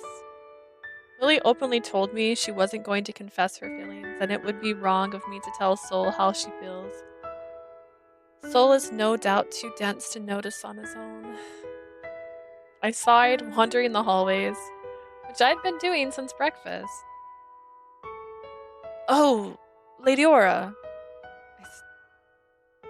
A startled voice yanked me from my thoughts.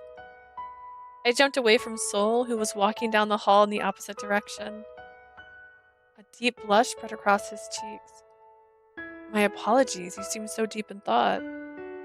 Do you have a problem? Hi, Sleazy. I tilted my head to the side, confused by Soul's shaken demeanor. He always seemed so calm and collected about everything. It was unnerving because the shyer he behaved, the more anxious I felt. Things were changing too quickly for me to keep up. Shaking my head a little to get my mind on track, I looked up at Soul. Have you fallen in love before? Let's go straight to it. I was wondering, have you fallen in love before? My question caught Soul a bit off balance. He boggled at me for a moment, jaded eyes wide with shock. You were deep in thought because of that. I shrugged a little, embarrassed by how amused he was. Just wondering. He tipped his head away, hand still near his mouth. His blush had receded, but a dusting of pink remained. Actually, I have. Really? I stared at him with deep curiosity welling up. Yes. It was 7 years ago when Father brought me with him to the city for the first time. Oh! Is this gonna be just like Sympathy's Kiss? Is it me? Is it me from 7 years ago and I just don't remember? Hmm?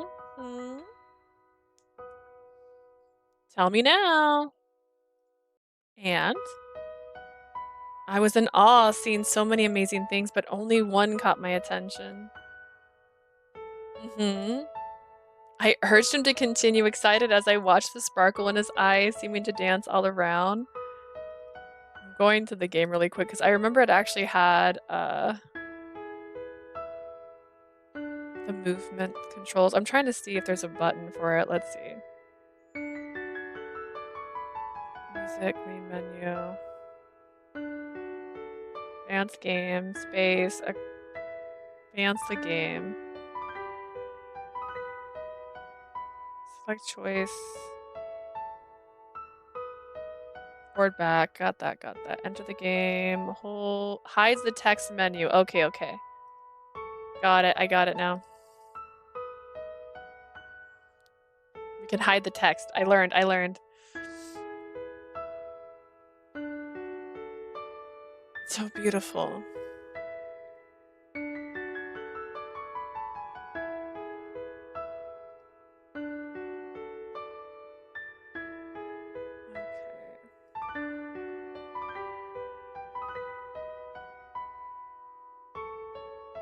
I can almost remember it like it was yesterday.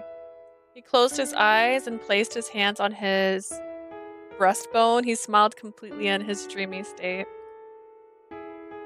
For the first time, I had this fluttering feeling in my chest. I may not have felt it before, but I'm sure it was love at the first sight. So, what was this person like? Person?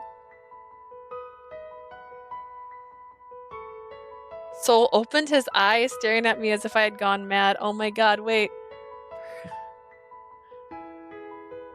I was talking about a beautiful dress that was displayed in the tailor shop window.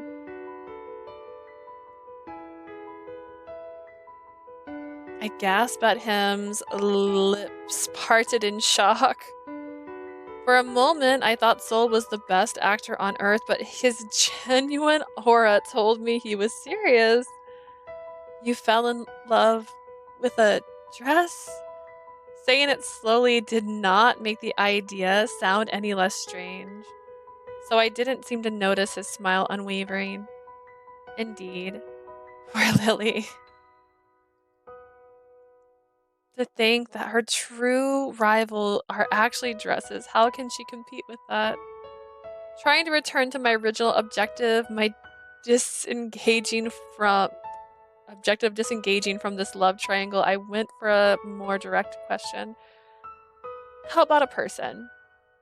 Have you liked a girl before? True artist at heart. I can't blame him though. I don't know. I don't have very many fancy dresses, I guess. Soul didn't answer at first, his cheeks suddenly red. When he turned his face away, I saw the elegant angles of his jaw created, making my heart spiral out of control. I know Soul is attractive, but why am I only reacting now? I do not act like myself whenever I am with you. Go on, tell me more. I was so distracted with my exciting heartbeat that I missed Soul's reply. He was mumbling something, but I couldn't quite understand it. What did you say? Nothing. An awkward silence drifted between us. Soul appeared thoughtful about something, and I was suddenly too nervous to ask what. The truth is, I don't know what it feels like to be in love. He shifted his gaze back to me, the red of his cheeks seeming to deepen. I resisted the urge to look down, struggling to maintain my composure and not assume anything. Though perhaps I have already fallen for someone. A soft sigh follows Soul's confession, making it very hard to figure out what he meant. I'm having such a hard time discerning what you mean. Who was he talking about? Really?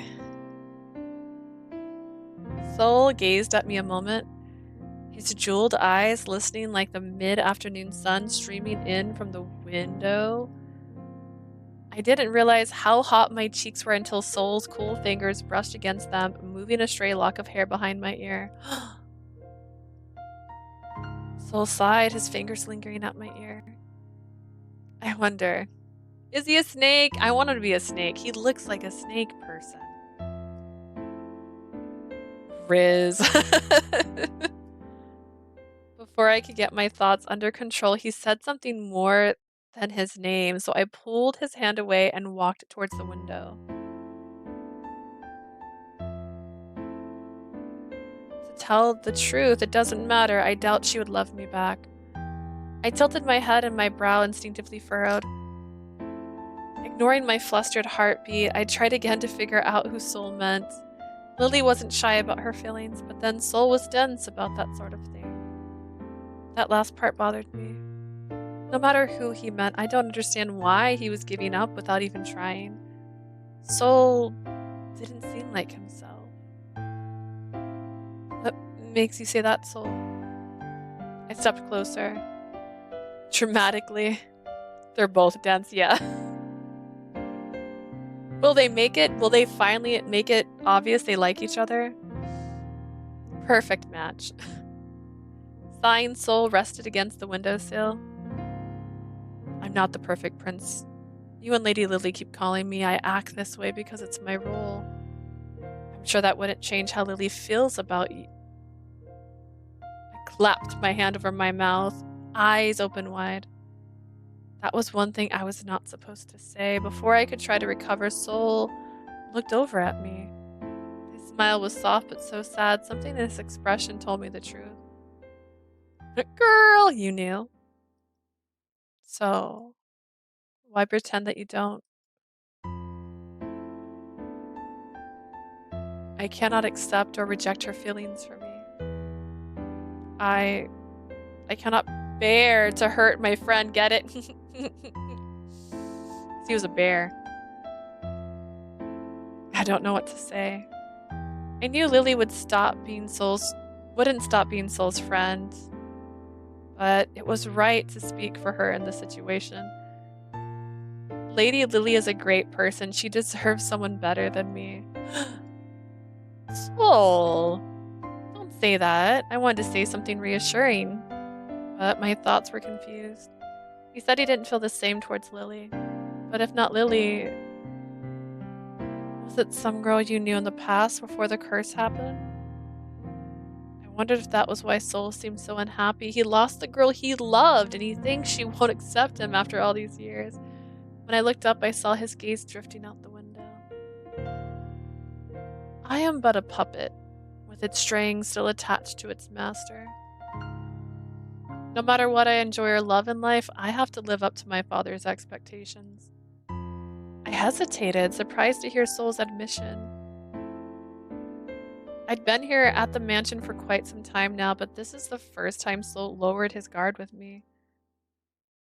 I wonder if I will still be accepted if I bring down the perfect facade I have been keeping up for so long. So, not to be disrespectful, but your father isn't here anymore. Can't you just be yourself again?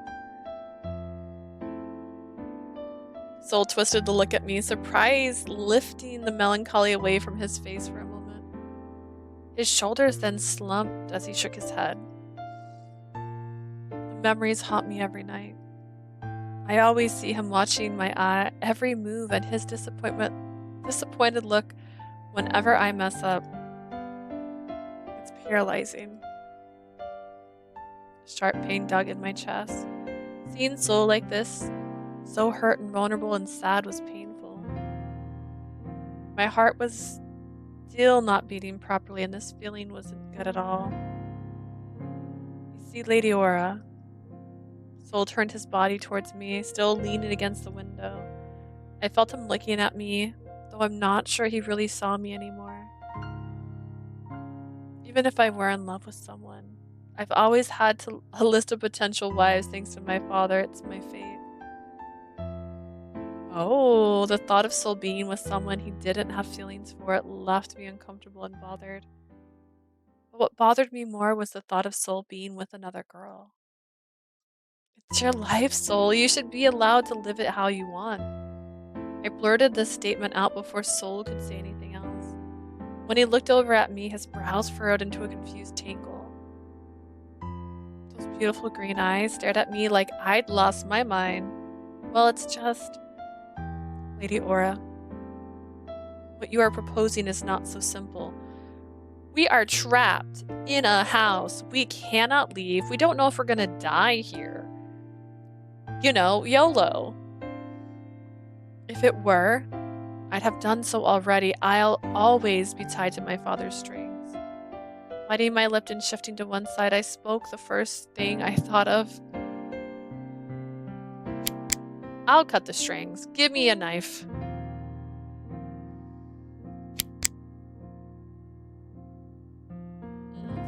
Soul, I'll cut the strings. If you can't, then I'll cut them. I want you to be happy, Soul. After speaking, I bowed my head, embarrassed that I made such a bold proposal. When only silence greeted me, I looked towards Soul, as nervous as I was curious. He didn't seem happier after I said that, more like lost. Do you realize what you're saying, Lady Aura? I flinched. My landlady used to say that I often acted impulsively without thinking things through. Burn. This is not something I had to think about. I only wanted to bring a smile to Soul's face. Yes, I do. Remember what Soul asked before I tried another tactic? In response to your earlier question, yes, you will be accepted. A flinch of hope passed over Soul's face, but it was fleeting. How can you be so sure? They're your family, Soul. How can they not? He seemed unsure of my words, still hesitating by the window. When I looked closer, I saw that he was biting his lip, which suggested Soul didn't want to believe what I said. I searched my memories, and a perfect example came to mind. Do you remember what Dean said a couple weeks ago? About how he misses you being yourself? Shouldn't that tell you? I lost strength in my voice, thoughts breaking down. Instead of a hopeful smile, Soul's expression became cold. Ooh. I came back to a cutie on screen. Well, the cutie's getting mad. We have problems. Colder than I thought he could ever appear. Soul. With all due respect, Lady Aura, my older brother is the reason I'm trapped in this role. At first, I didn't understand what he meant. Right. Dion should be the heir, I wondered why. Before I could collect and speak my thoughts, Soul turned away. I'm sorry, Lady Aura, but I'd like to be alone. Soul. I stopped when he turned away from me, my shoulders drooping with rejection. The topic was obviously hurting him, so I couldn't think of anything comforting to say. Okay, Soul, I understand. Good luck with your work today. I hurried out of the room, my chest tight with pain. Time to go talk to good old Goldie, come on. As Aura dashed down the hall, another figure made his way closer from the opposite direction. Well, that was a rather interesting conversation. Forcing a grin didn't hide the genuine concern from Dion's expression. Soul flinched and twisted to face him. Soul attempted to hide his feelings behind a smile. How long were you standing there, brother? Who knows? Silence drifted between them for a moment. Dion sighed. I'm glad that you're finally being honest with your feelings. Aura was right about what she said. Soul's smile faded as his gaze drew to the window again. You have the right to decide because that's what you want, not what everyone expected you to. That's rich brother coming from you. Dion flinched as if Soul's words were a physical strike. He hadn't heard Soul speak this way, his voice cold and distant. I put a period there for some reason at the end of heard, but after all you did, whatever you wanted to do, leaving everyone to pick up your responsibilities. Soul, I never wanted to burden you with being the heir. How can I believe that when you've done nothing but drop your responsibilities onto me for over 7 years? Dion went quiet, his face and posture tense with conflict. He looked at Soul with a pain streak through his brown eyes, as if he wanted to tell him something, but no words fell from his lips. Soul closed his eyes, sighing as he touched his fingertips to his forehead. If I turned my back as the heir, father was going to marry off Gold to a man of his choice. I wouldn't let him do that to our sister. Dion's lips parted, his brown irises now tarnished with shock. He had no idea their father could be so underhanded.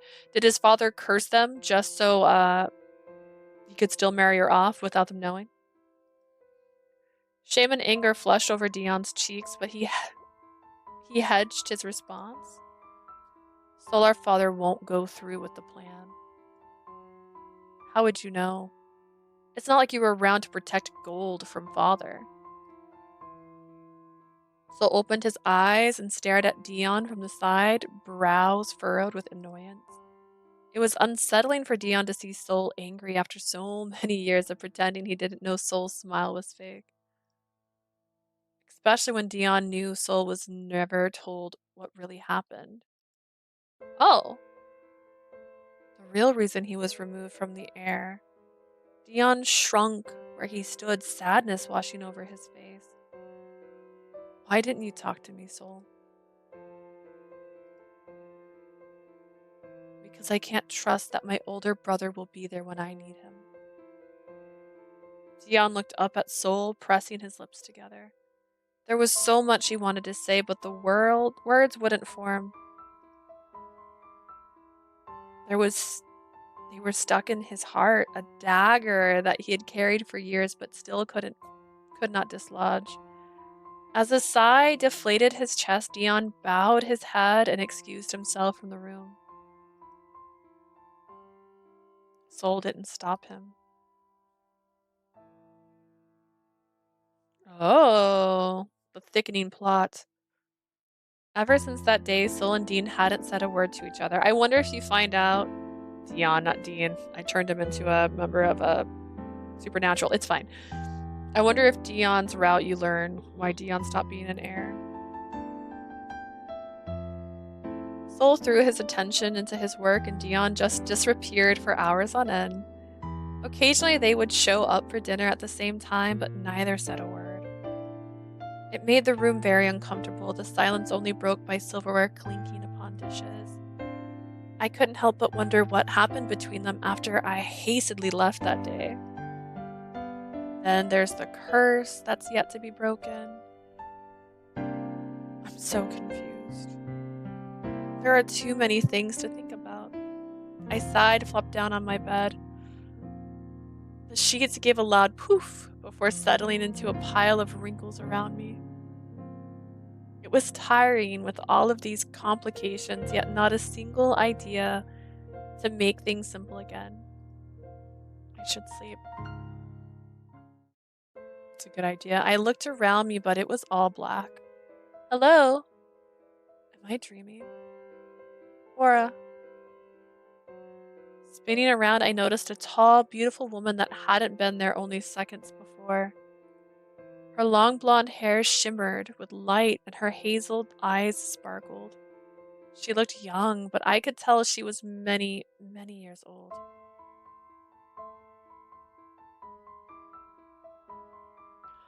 Her body was covered by a ragged cloak and old clothes which didn't suit her beauty at all.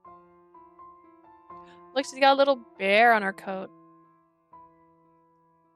Just to be sure, I pinched my arm. It didn't hurt. Hello, Aura. Do you know who I am? I shook my head. I did not recognize this woman at all. Try, dear. I'm sure you'll think of the answer. I tried to think of who she might be. As I stared at her, I noticed a few teddy bear charms hanging off of the belt that peeked out from beneath the cloak. They looked very familiar. Could you be?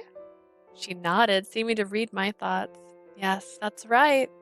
I'm the toy maker that came to the Deluxe Mansion 7 years ago. I apologize for seeming rude. I'm not sure why you're here in my dream.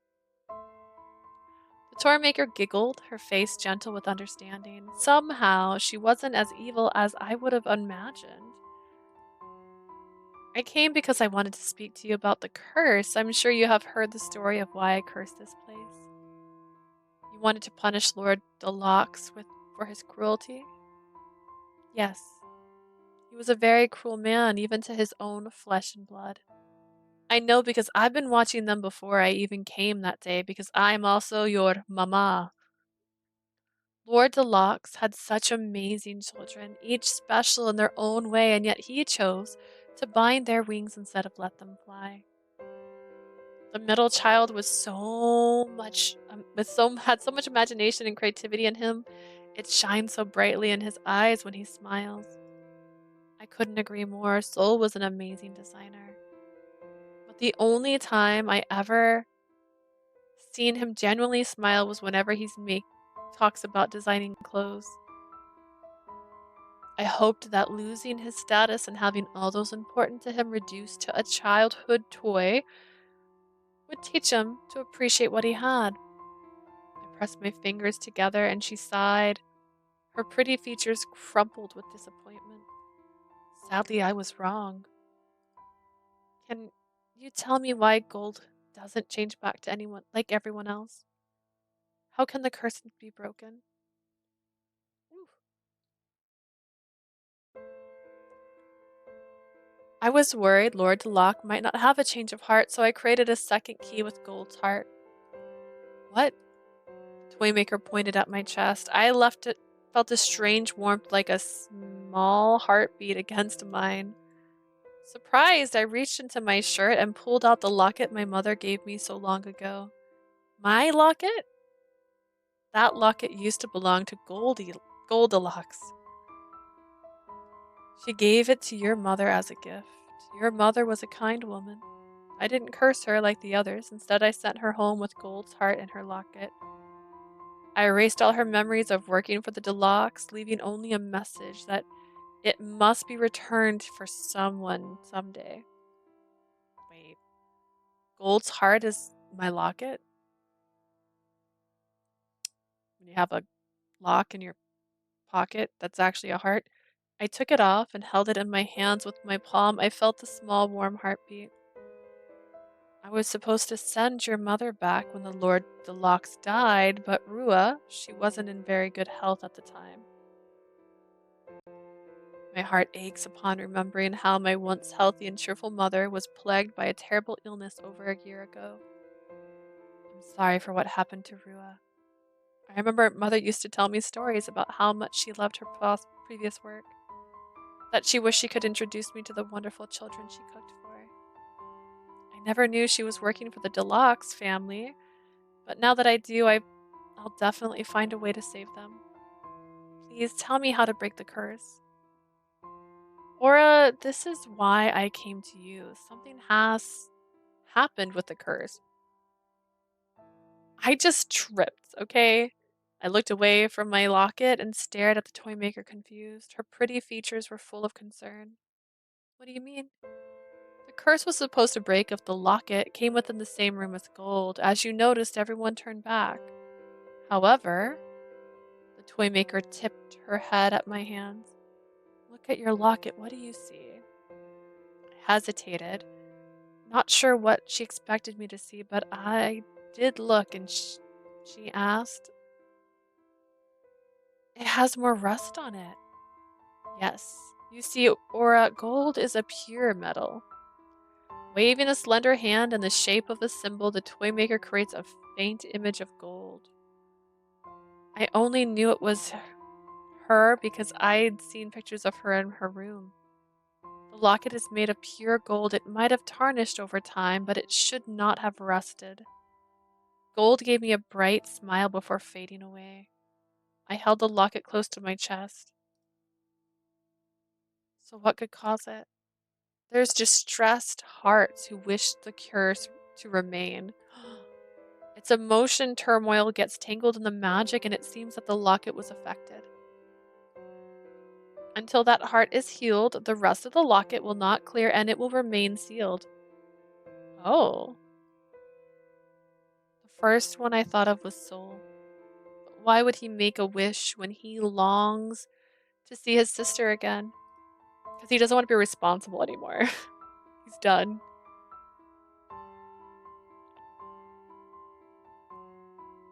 I was sure the heart in distress was Soul's. I couldn't prove it, but that's what I felt inside. Gently, I held my locket out again. I gazed at the dark rust clinging to it, what must have been a pretty gold locket once upon a time. The longer I looked at it, the more certain I became. If I can clear the rust from the locket, I can break the curse. Yes, Aurora. Aura, even. Yura. Arua. If you're able to change that person's wishes, the rust should disappear. I nodded with a determined smile on my face. Sweeping the locket back around my neck, I thanked the toy maker for her help.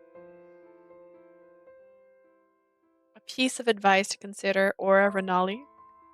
I paused, both curious and concerned about what she was about to say.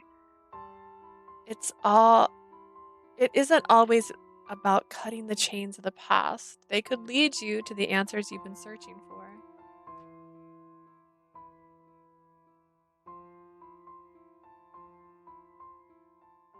I looked at myself in the mirror, wondering if everything I had just dreamt was true. I didn't really believe the toy maker was a bad person, but she had caused such a distress to everyone in the household.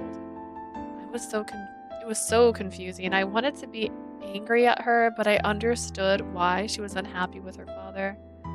Her spirit still haunted the house.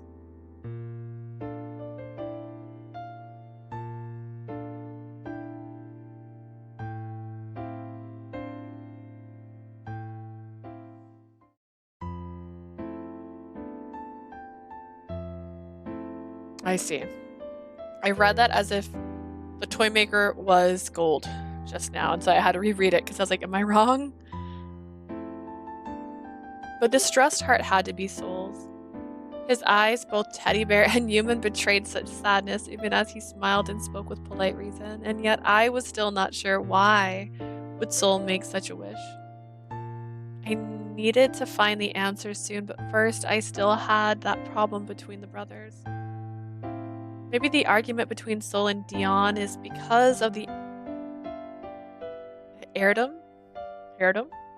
And what it's doing to Soul. With all due respect, Lady Aura, my older brother is the reason I'm trapped in this role. As I stared hard at the mirror, I decided I needed to find out what the cause of this dissonance between the two brothers.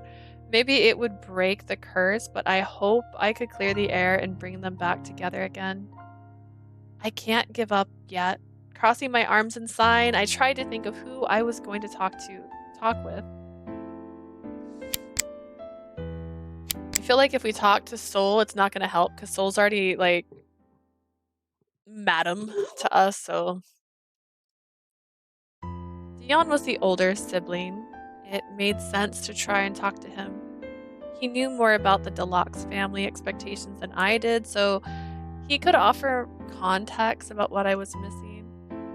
That and Dion was the one who said he missed the old Soul. Dion did come off as irresponsible in a lot of ways, but I felt it in my heart that he was genuinely cared about his older little brother. Maybe if we worked together, we could help set Soul free. Trouble was, I hadn't the slightest idea where Dion was hiding. He'd gotten better at disappearing since their arrangement, so trying to find him was a daunting task. After a half-hour searching, I was still no closer to an answer. I tried his room, the library, facing Royal's scowls and insistence that Dion wasn't there, and he wasn't in the garden or Gold's room. Discouraged, I sat down on the stairs to try and think of where to go next. Before I had a chance, I saw Lily dashing through the hall. She looked distraught. What's wrong? Lily didn't stop, so I ran to catch up with her. Lily! My, Aura, it's awful. Prince Soul has a high fever. Royal just found him unconscious in his room. A cold feeling pierced my heart at her news. I ran along with Lily, neither of us saying another word. But why? Soul remained asleep for almost a day. Everyone agreed that his lack of sleep and his working non-stop was the cause of the fever. I stayed by Soul's bedside for most of it, leaving only to make a quick meal for everyone. Gingerly removing the cloth on his forehead, I held my fingers to Soul's cheek. His temperature still seemed high, but his skin was no longer too hot to touch. If his skin was too hot to touch, that's worse than a fever. I breathed a sigh of relief and finished changing his clothes. How is he? I was so busy tending to Soul that I didn't notice Lily's hand come in. He still has a fever, but he seems to be better than before. Lily looked at Soul with a sad expression. Prince Soul. This is the first time I've seen him like this. Her eyes began to shimmer with tears, but she quickly wiped them away. Miss Aura, please save him from his pain. Lily, I don't know why, but I can feel it in my heart. I know you're the one who can make him feel better again. I could only smile at her. I wanted to tell her I wanted to save Soul as much as she wanted me to, but I was no more useful than I'd been since coming to the mansion. We'll be outside if you need us. Thank you. Sora, I'm entrusting him to you now. I didn't understand what she meant. I opened my mouth to ask, but Lily already left the room. Aww. The heck, that's super pretty. And it's the first time she's made an appearance in it. Soul's long eyelashes fluttered. It seemed at first he was waking up, but he then whimpered without opening his eyes. I had the wrong one. Is he still asleep? Dreaming, maybe? The answer was made clear. I don't understand. Soul? I called out to him, but Soul didn't answer me. He pressed his lips together, but the lower one trembled. When he moved his head, I saw his eyelashes were damp. What did I... Soul, it's just a dream. He didn't seem to hear me. His voice strained with emotions as his dream carried on. What did I do to make you hate me, big brother? My eyes widened. I thought he might have been dreaming about his father again, but this was actually about Dion. Reaching over with my other hand, I gently shook his shoulder. Soul, Dion could never hate you. Please wake up. It was quite a bit of coaxing before I saw those jeweled green eyes look up at me. When he finally did, they were wet with tears. Soul? Lady Aura? His mouth swept into a smile, cracked by exhaustion and yet still sweet. Have you been here long?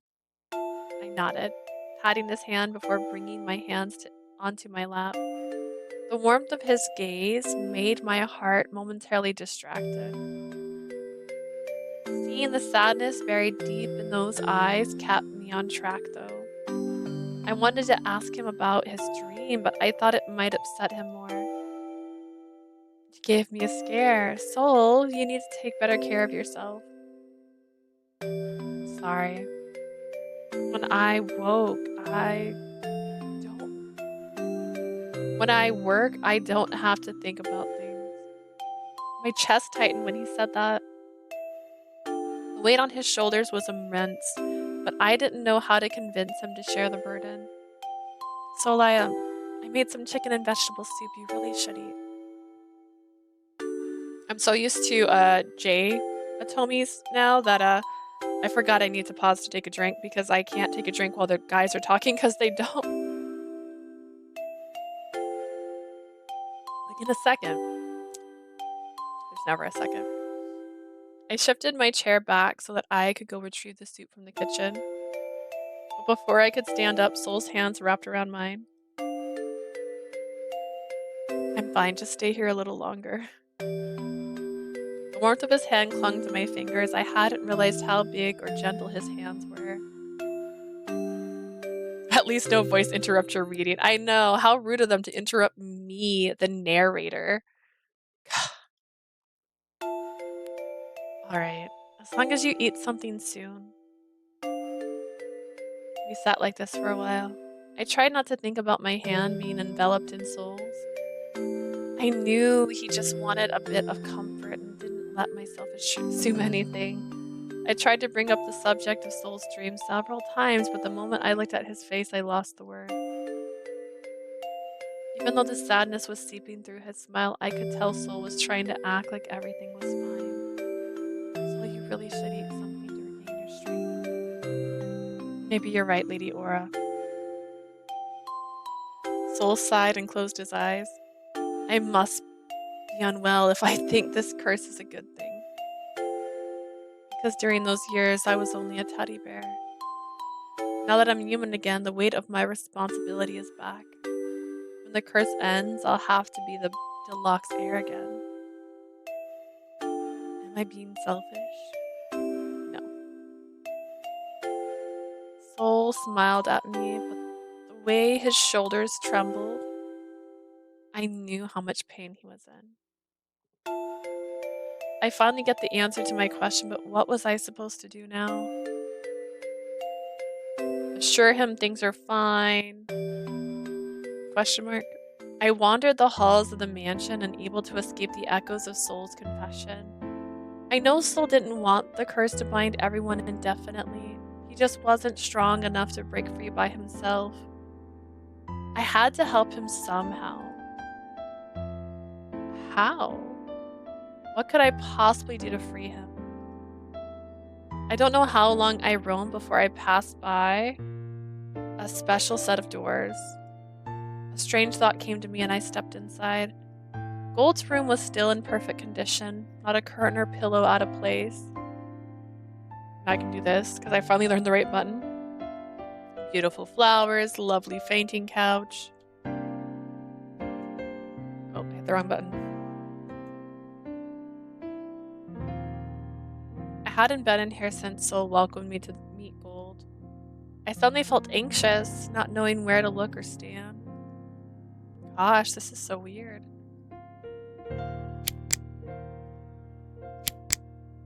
Try? Pushing my skepticism aside, I stepped into Gold's room and approached her. I don't have any options left. However, as I stared into her glass eyes, the blue still so innocent yet empty without her heart, the doubt came rushing back. I felt like a fool. Just because I heard her voice once didn't mean I could communicate with her. I started towards the door, defeat and concern for the fate of the Deluxe household. I couldn't break the curse, and now I couldn't figure out how to help Soul and Dion. I knew that they weren't expecting anything of me, but after what the toy maker said, I also knew the burden rested on my shoulders. I needed to be realistic. Gold was trapped in a tall form, so I couldn't expect her to help me. I should find Dion and talk to him. As I left the room, a small voice called out from behind me. Laura. Spinning around, I saw a faint image of Gold just inside the door. I blinked several times, but she didn't disappear. This way. Gold waved her hands at me as she stepped towards a large closet. The doors were teak? The handles pure ivory. Okay. I was a little afraid to touch something so elegant, but Gold disappeared into the doors, forcing me to follow her inside. It was hard to get through the rows of dresses, now too small for the youngest Deluxe child to wear once she becomes human again. Cool, so they did start off as children. It really has been 7 years. I found Gold among the clothes, pointing up at the ceiling. She glanced up at me with a particularly sad expression, but faded away before I could ask why. I had to fight with the clothes a little more, using shelves and rods to lift myself high enough to grab the dangling rope attached to the door handle. I somehow managed to pull out a fold-down ladder and then continued into the attic. It was fairly bright in the attic space because of a few windows on the short wall and the roof above. Dust motes floated through the air. Motes? Even though I moved slowly around the boxes and support beams. Gold, are you here? I whispered for Gold, but I didn't see her here. When I glanced around, I found myself totally unexpected. Dion? Napping against the support beam was Dion. His arm was resting on a treasure chest, and his head was tipped back in slumber up until I called his name. Startled awake, Dion flinched. Aura? How'd you find this place? Believe it or not, it was Gold who told me. Dion looked puzzled and opened his mouth as if he was about to reply, but he quickly shook his head, dismissing whatever he was gonna say. It's like, I guess. Is this where you've been every day? Dion flushed and looked down at the floor, resembling a child who got caught doing something he shouldn't be. Not every day.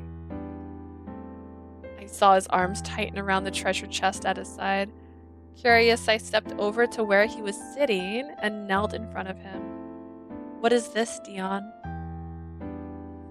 Though he hesitated at first, Dion looked at me, then at the chest, and with a sigh moved it to open it. Despite a small smile, he couldn't hide the sadness in his face. Inside the chest was a collection of photographs and craft projects. There were so many memories contained in here. I picked up a picture of Dion pretending to model a dress Soul had made out of lots of scrap fabric. You two are so cute. Soul and I used to be really close. Would tell each other everything. He was always full of great ideas. I envied his natural creativity. When I turned to Dean, there was a nostalgic look on his face. There was a brightness about him as he shifted through the closet's contents. I probably shouldn't tell you what I'm about to say, but for some reason I feel like I can trust you. I flinched when Dion's fingers brushed against my cheek, catching me off guard. Hello, it is a love triangle. I thought he was going to start flirting with me as he had been since I got here, but he just pulled his hand back and looked into the chest again. The truth is I took being the deluxe heir very seriously. I worked hard to keep our father satisfied. These pictures only represent a fraction of my life, the few moments I allowed myself to choose my family. Sunlight was reflected in Dion's damp eyes. He continued back into the past, revealing so many chains that controlled them. It was a wonder this family could move freely at all. It makes me consider what I thought about the toy maker's decision. Such a cruel man. How long has these two brothers been torn apart by something so trivial? Soul was always a kind person. He'd smile and take care of everything, even if he was unhappy and hurting inside. Dion sighed and fell against my shoulder. I blushed at the sudden contact, but he seemed to need the comfort, so I patted his head and ran my fingers through his hair. I'm a failure as an older brother. I'd always known that Soul was hiding so much pain behind his smile. But even after the curse settled into our lives, our father died. I never tried to fix a thing. Honestly, after the father died, I feel like you should have been free, my guys. I called Soul a puppet all the time, but in reality, I'm still just as much a pawn in my father's game as Soul is. So, your irresponsible behavior was just an act? One your father imposed to make his decision seem legitimate? Dion gave a small nod, his shoulders hitching. It hurt, seeing him like this. I guess I fell so deep into the routine that it became a natural response even after 7 cursed years. It's not too late, Dion.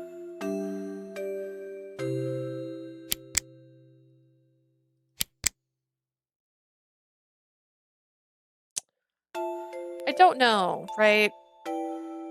Break the tradition. Your dad sucked. But if you ask him to resume as the heir, there's a chance that it would alleviate some of the stress in his brother, right? Oh, that's a hard one. Break tradition. Your father already changed the rules by making Soul the second child the heir. Why can't you and Soul just break free from the past? Dion sat back up and looked at me with an uncertainty etched deep in his face. After a deflating sigh, he shook his head. Soul's sense of responsibility is too strong, and besides, his voice lowered to a whisper. I don't think he trusts me anymore. Not that I blame him. I hesitated at the defeat in Dion's voice. It was obvious neither of them wanted to be trapped in the role of the deluxe heir any longer. But I didn't understand why they were being so resistant to the change.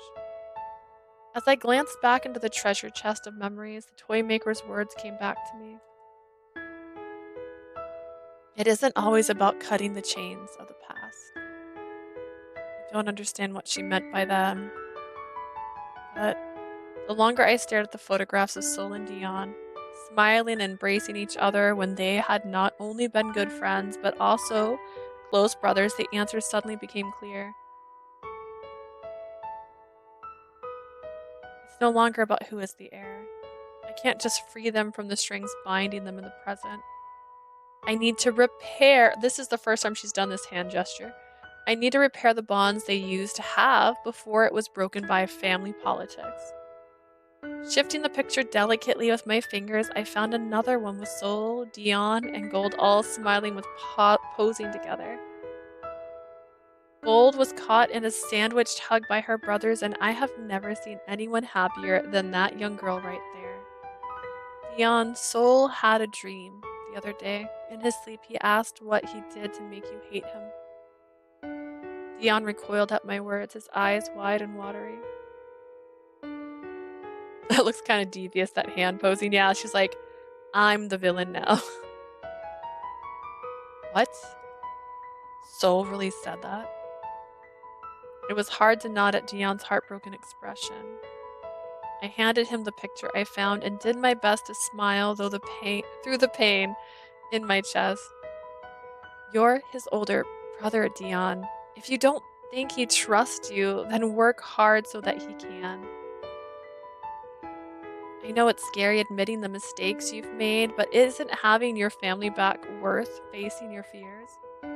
For a while we sat in silence. Dion looked conflicted for a while. Eventually he did smile. To my surprise, he even chuckled a bit. Well, it's no wonder Sol's in love with you. Gas, the L word.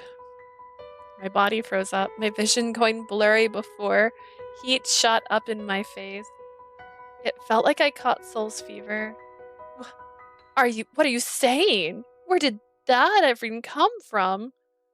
Dion just laughed harder, his smile brighter than I'd seen it before. I tried to laugh too, but my heart was beating hard at what he had just said. Just then, it was suddenly hard to face him. You'll understand soon enough. Sighing, Dion leaned back and stared at the photograph. I knew he needed some time alone to think, so I held back on asking him to explain what he meant. I'm going to go make dinner, see you soon, I hope. Sometime later, I was alone in the kitchen, slicing carrots in a haze. My hand moved automatically as I sliced my finger clear off. Which was good, because I was still hung up on what Dion said before. I can see why Sol is in love with you. Just thinking about it made my cheeks feel feverish. He had to be mistaken, or he was joking, but Dion didn't have the mischievous smirk when he said it. Was he really serious? That's impossible. A sigh took the strength out of my shoulders. It took a moment to realize that the rejection hurt, even though I was the one who insisted upon it. Don't handle knives when you're distracted. Yeah, that's a good tip, honestly. In fact, that's the one. I've been so worried about the trouble between Sol and Dion that I'd forgotten how quickly my heart would beat whenever I think of Sol. Lady Aura? I flinched, surprised by Sol's question. I must have been so deep in thought that I hadn't noticed him coming. Yes. You've done so much for me, but... I held my breath. But what? I'd like to ask another request of you. Are you Sol at all? Sol? Sol turned his head towards me, his cheeks pink, as if his fever had returned. Though if that were the case, I felt like I must have caught it too. Before Sol could speak again, Dion plopped into the kitchen. Am I having the weirdest dream ever? Don't ever handle knives like that. Totally didn't do that. Asia has never accidentally cut the tip of her finger off because she was thinking about boys while cutting carrots. Ever. Dion! His face showed both sadness and fear, and I understood why. In his hand was a picture. I could see the paper trembling from across the room. Hey there! Hi, cutie! Welcome to the chat. Welcome to the game, actually. What are y'all doing? So this game is called Locked Heart. And it's kind of like a play on Goldilocks and Three Bears, except Goldie is actually one of the Three Bears' siblings, and the Three Bears are all related. So really, it's more like a play on Beauty and the Beast with Goldilocks.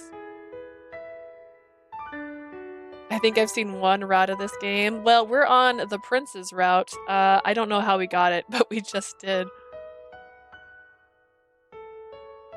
His hands tremble on. I'm sorry, I didn't mean to interrupt. Soul sighed and turned a faint smile towards the door. What is it, brother? Did you need something? It took a few deep breaths before Dion found the courage I knew he had buried in him. I think the one I saw was the darker bear, the one that's kind of a meaty. The tsundere. Yes, we were all talking about how much we like Grumpy Bear. I have something to tell you, Soul. Something I've been meaning to tell you for a long time. Alright, but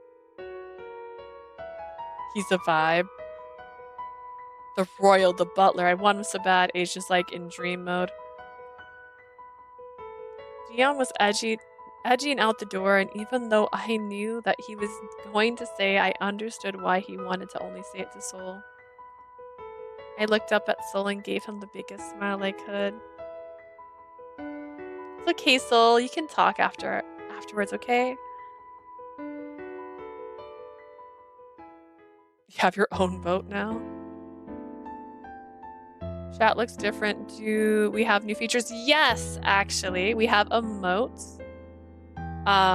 We do have ads now, though. That is a side effect. But we have emotes, and you can subscribe now.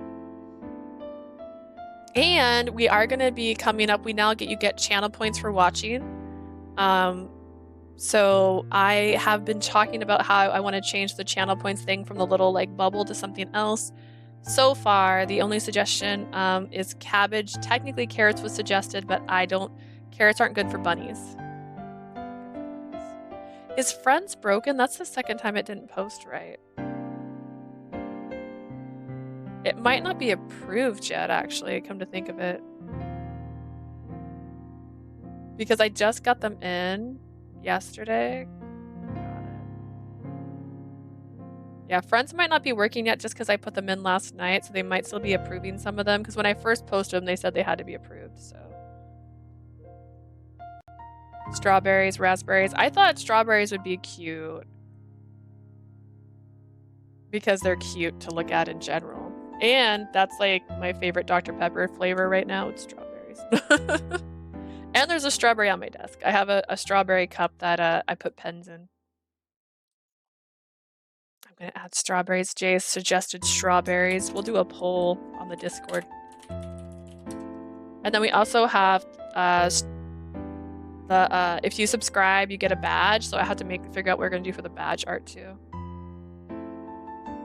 I also thought hearts might work since we play Atomi games. Like, how many hearts can you get? So this was all a scheme our father put together.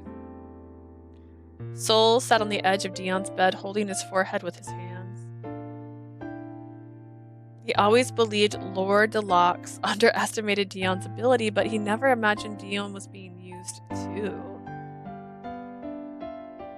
I'm sorry. Soul, I don't understand. What was the point? If Dion was devoted, what was the actual point in it? Sitting next to Soul, Dion leaned on his knees and sighed in relief. He finally removed the weight he'd been carrying for over 7 years. Floppy little bunny ears. Oh my god.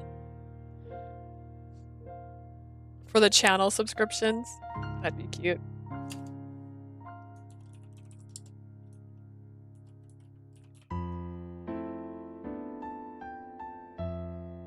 Why didn't you tell me before?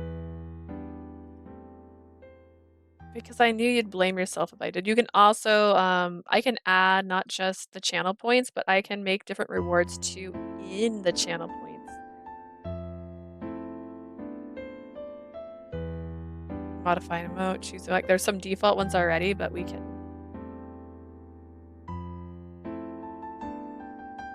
I'm trying to read what they say. They're cut off, sorry. Ah.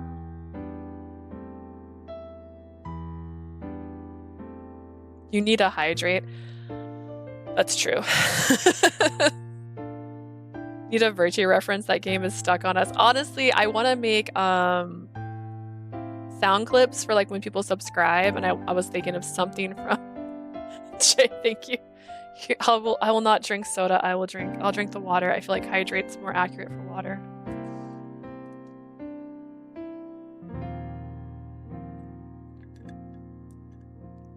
But I did say that because I have ads now. I can literally take a break because it's gonna force me to anyways, kind of. Dude, a licorice flower. Oh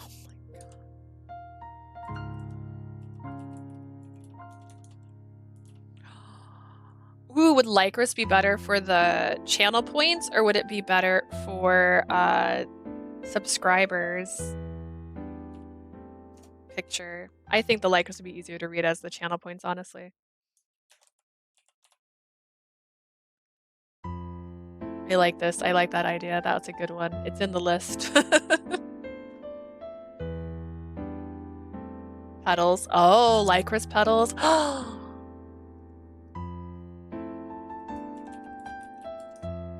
like that too. That's also cute. The petals. Oh, petals for the points, and then the actual licorice flower for the subs. Norichi, it was the only thing that came to my mind. Honestly, I still don't know if I'm saying it right. I'm like, licorice, Norichi. Is this it? Ooh. I know licorices come in different colors, not just red and black. I knew you'd blame me if I did. Dude, these are good suggestions. I like these. I'm excited. I'm so excited. Silence fell between them. Dion wasn't wrong. Soul felt pained with guilt after hearing the whole story, especially after what he said to Dion a couple weeks earlier. I still don't understand. Dion glanced at Soul, then reached up to ruffle Soul's blonde hair in a mess. Hey, I knew it. Come on, Soul. Let's move out of the past and into the future. Soul nodded, pushing Dion's arms away before the two of them fell into brotherly laughter for the first time in a long time. Wasn't there a red head pin that Eves gave us, or was it white? It was... I'm pretty sure it was red, because all of the not the hairpins, all the licorice flowers in Virtue were black because they had the... Yeah, because they had the stuff in them. Soul nodded, pushing Dion's arm away before the two fell into brotherly laughter, which I feel like we should have had more clear explanation as to why he agreed to be terrible. Can we go see Gold? Dion stood up, looking down at his picture again. Yeah, I think we both have something important to tell her. Yes, red licorices appear when Cirrus purifies the soil around the black licorices. Which is cute. Yeah, they're like, let's kill a bunch of people, bury them beneath the ground. They'll purify the flowers. It's so easy. It's hard to explain what happened when I finally brought the stew to the simmer so it wouldn't require attention. Suddenly, a small light began to glow beneath my shirt. Something I noticed in the reflection of the pot. Laura. I knew that voice. When mass murder is the answer. Sometimes it truly is, though.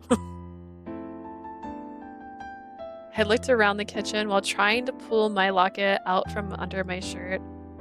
Laura. Finally got it free and the light was getting stronger. One thing, I held the locket in my palm, and when I finally saw through the brightness, I inhaled sharply. The rust is clearing. I dashed out of the kitchen, holding the locket close to my heart. I kept running, following Gold's voice gently calling my name. I ran through the mansion until I ended up in her room. Is Twitch gonna censor this shirt is a sus phrase? It didn't, actually. You've been approved, cutie. You're allowed to say murder is the answer.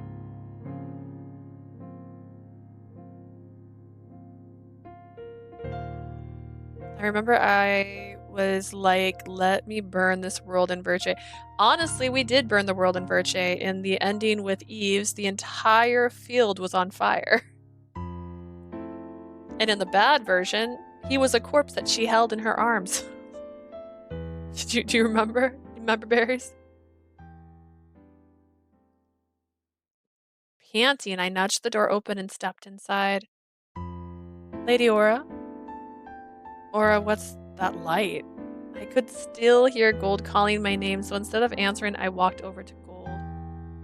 This girl is on fire, but literally.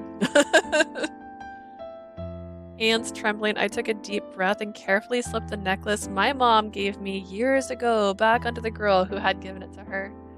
When the locket fell near her heart, it snapped open, revealing the picture of Gold as a little girl. I wanted Cirrus to kill everyone. She really should have. I want the true, like, bad ending. Like, I want the truest of bad endings where she's just like, she's gone Scarlet Witch. Snapped and just kills everyone. My heart. The light bloomed brightest then, all three of us shielding our eyes. The best despair ending. Look at her! When it finally faded, the same young girl in the photograph was standing before us, just 7 years older. Is she, though? She beamed at us.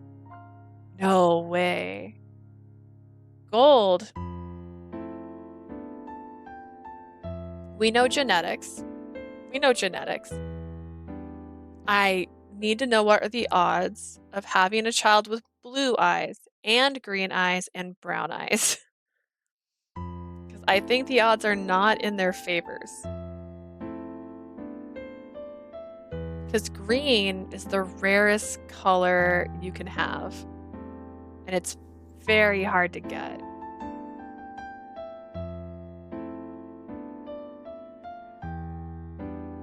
Thank you, Aura. You've broken the deluxe curse. I stood there, both relieved and surprised I said it wrong so much. Maybe if both parents have green eyes, they genetically can't because brown is dominant. If you have the brown gene, your eyes are brown.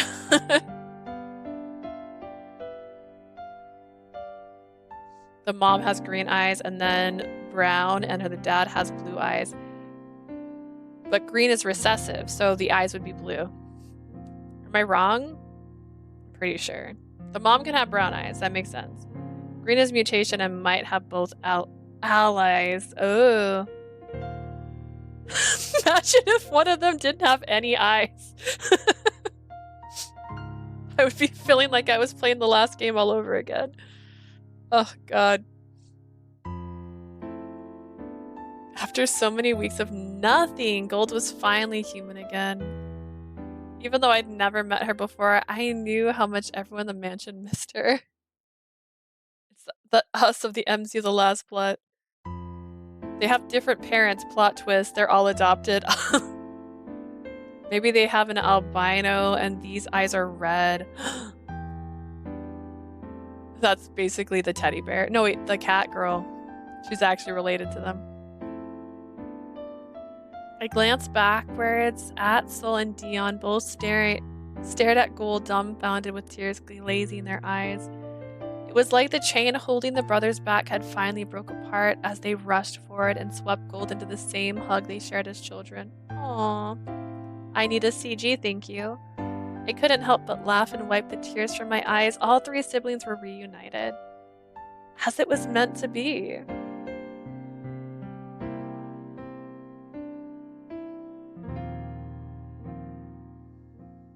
After the deluxe curse came to an end, life at the mansion exploded with activity. As it turned out, a few kids were playing in the forest and were surprised to see the deluxe mansion seem to appear out of nowhere. It wasn't long before the general public all wanted to find out what happened. The busiest one was Sol, trying to handle all of the questions that flooded the deluxe estate. It took a lot of energy, a lot of his energy to divert their endless curiosity, especially as he needed to keep social channels open and maintained. Day after day, this continued, and the longer I spent away from Seoul, the more my insecurities built. Despite all the time I spent here, it won't change the fact that I didn't belong here.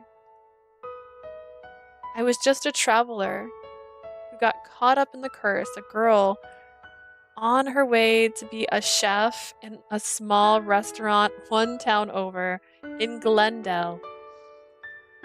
The longer I spent in my room witnessing this flow of people, the stronger I felt about leaving. It's time. After a week almost passed, I decided that I should leave. It wasn't hard to gather everything together since I didn't have many personal belongings with me. I doubted I'd find my lost luggage, but that was okay. I had just had to buy new clothes and necessities after I found a job.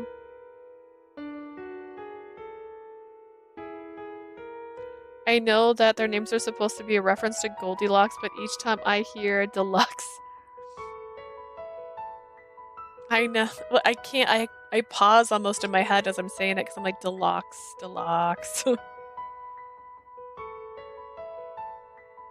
That's fair. I mean, deluxe would be a great. One of them's named Royal. I know he's not related, but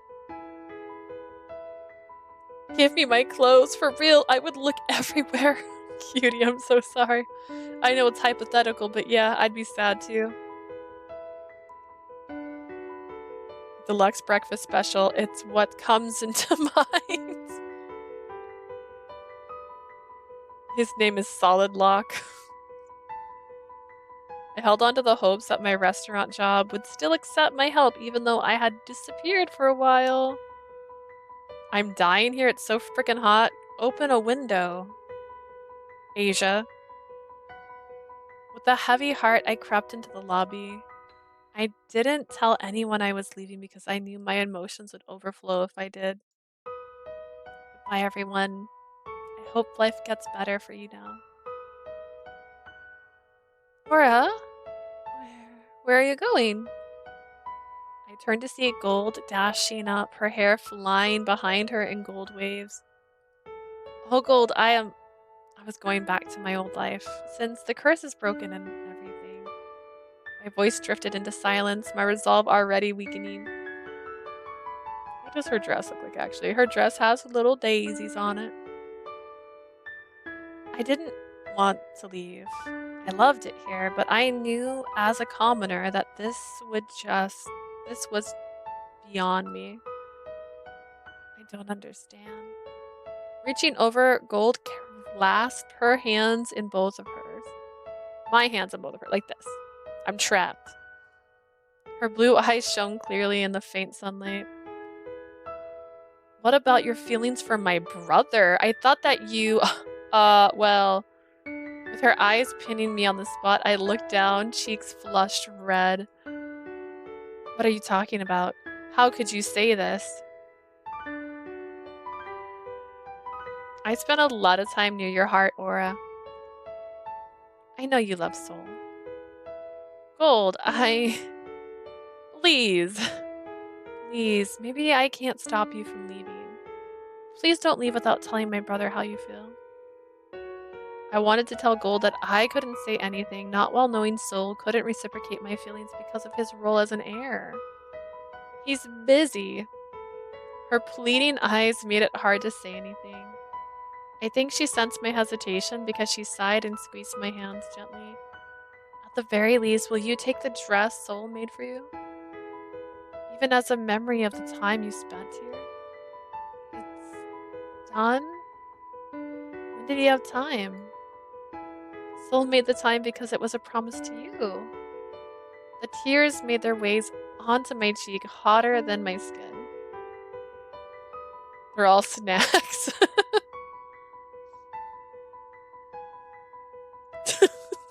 I like the pun of it. Like, it's not deluxe, it's deluxe. And then you're like, breakfast. It felt wrong to leave without thanking him and everyone else for everything. Alright, Gold, I will. Gold wouldn't let me go let go of my hand until we reached Soul's workroom, perhaps thinking I'd back out if she didn't. Once there, she urged me towards the door and slipped away down the hall. I suspected she'd stayed just around the corner, though. Taking a deep breath to steady myself, I knock on the door. The door swept open to reveal Soul. His eyes widened when he saw me. I think he blushed at the same time. It was hard to tell because I looked down.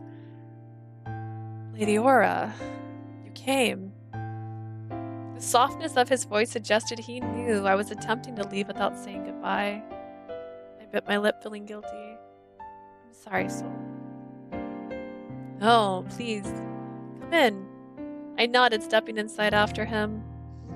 I looked around the room, seeing papers scattered over Soul's desk and a white sheet over a mannequin in the corner. How are you doing, Soul? I know you've been so busy. I'm alright, nothing I cannot handle. I hear you wanted to stay the heir of the Deluxe family. Soul nodded, giving a wistful glance at his desk. Yes, I know I said I didn't want to be the heir anymore. But when I think about how much my brother has done for me while I complained about my role, I realized I have a responsibility I should honor. I was about to say his name, but he shook his head and smiled. It's fine, Lady Aura. Dion says he will help me if I need it. As Soul said this, he stepped closer to me, his expression saddening again. It was the same one I remember from before the curse broke. Soul, are you really going to leave without hearing me out? Called it. He called me on it. I tilted my head, confused by what he meant at first. Then I remembered our conversation in the kitchen. I'm sorry, Soul. I thought you'd forgotten. Soul lifted my hand to his... Okay, sign. Soul lifted my hand to his lips. I was really confused. I blushed when he kissed my fingers. I could never forget about you, Lady Aura. I tried to respond, but the words wouldn't come out. Soul's eyes were focused only on me, something I'd liked, but the embarrassment about it was at the same time. As if sensing my distress, Soul smiled. Come here. Without warning, Soul led me into a hug, pressing his gentle hands upon my back. After I got past the shock, my arms wrapped around his waist. Okay. Soul felt so warm I could hear my heartbeat quickening. I think this is what love feels like. I love you, Lady Aura. Oh, I love you too, Soul. I leaned back in Soul's arms, taking in his warmth. Stay here with us. You're part of our family now. It wouldn't be the same without you. And even after I get married to a woman who I don't love, I will still be with you. Just, as my mistress. Yeah? I'd love to. Soul didn't say anything else, only smiled, his green eyes filled with light. After a moment, he led me over to the sheet-covered mannequin. Shyly, Soul released me and removed the cover. The dress was revealed was beautiful. I drifted my fingers down the collar. I've never seen such a lovely dress. Show me! I thought only of you when I created it. Thank you. Someday I will make you another dress that will be more beautiful than this. One that you'll perhaps wear on our wedding day. Oh! He said ours! I want to see the dress he made. I felt the blood rush to my face as his bold proposal. Soul smiled, his princely smile at me. Hell yeah. There was a hint of blush across his cheeks. So until that day, please stay by my side, my princess. My vision blurred as tears streamed down my face. Oh my goodness. I gave him a sweet smile. I'm not going anywhere. Because this is where I belong now. I got the normal ending. Is that the trash ending? Wait, how many endings are there?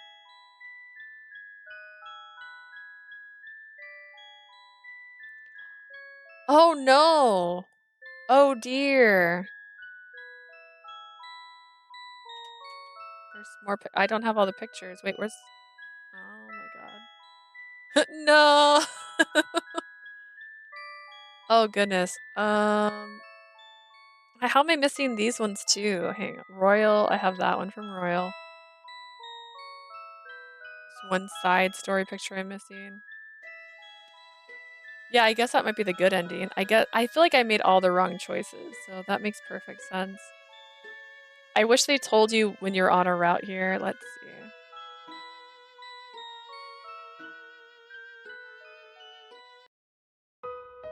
Let's wait.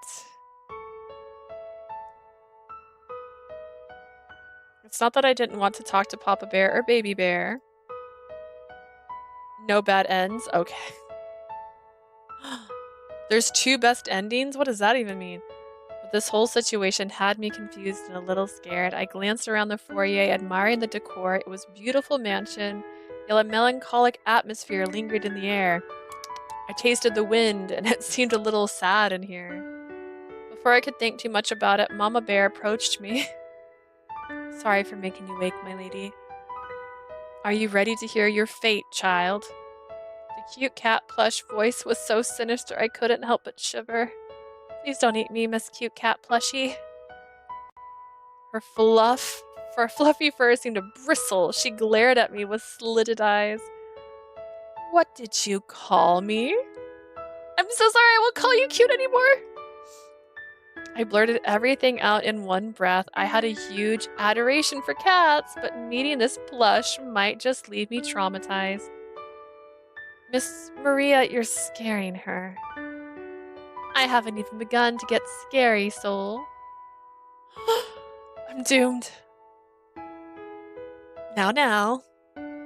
Mama Bear gingerly patted my leg as if trying to calm my fear. Anyway, we have no idea how you were even able to get here, but for now, you are welcome to stay with us. We finally get to have some eye candy around here. Baby Bear whistled before grinning at me from the chair he was sitting on. Eh? Your tastes are as bad as ever, Dion. This girl is 0 appeal. No, I swear, I already heard you say that about someone before. Shut up. A bright red blush crawled onto Papa Bear's cheeks. I would have thought it was cute had he not just said I was unappealing. Excuse me, I'm right here, you know. Gentlemen, please, this is no way to treat a lady. At least someone here actually treats me like one.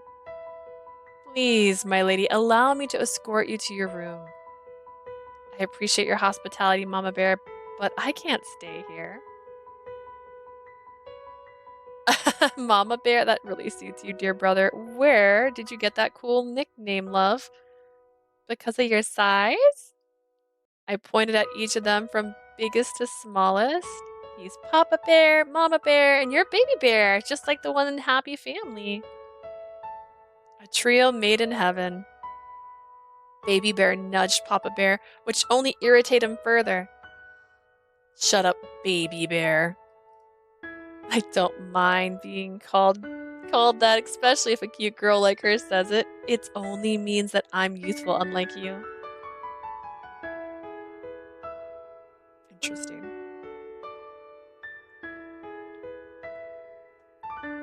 Well, you two, stop acting like children, for heaven's sakes. Actually, we can see what she looks like now, because I finally learned how to make the thing go away. Cute. I'll be honest with you, girl. You cannot leave this place. Okay, I should be able to skip now. Okay.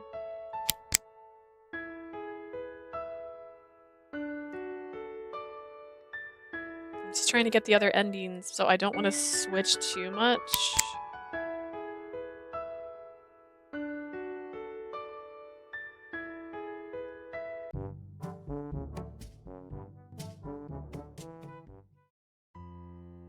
So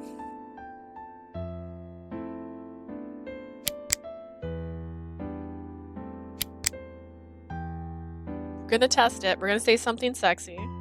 A flash of red lit up Soul's face and his jaw fell. Sexy? Giggling, I nodded.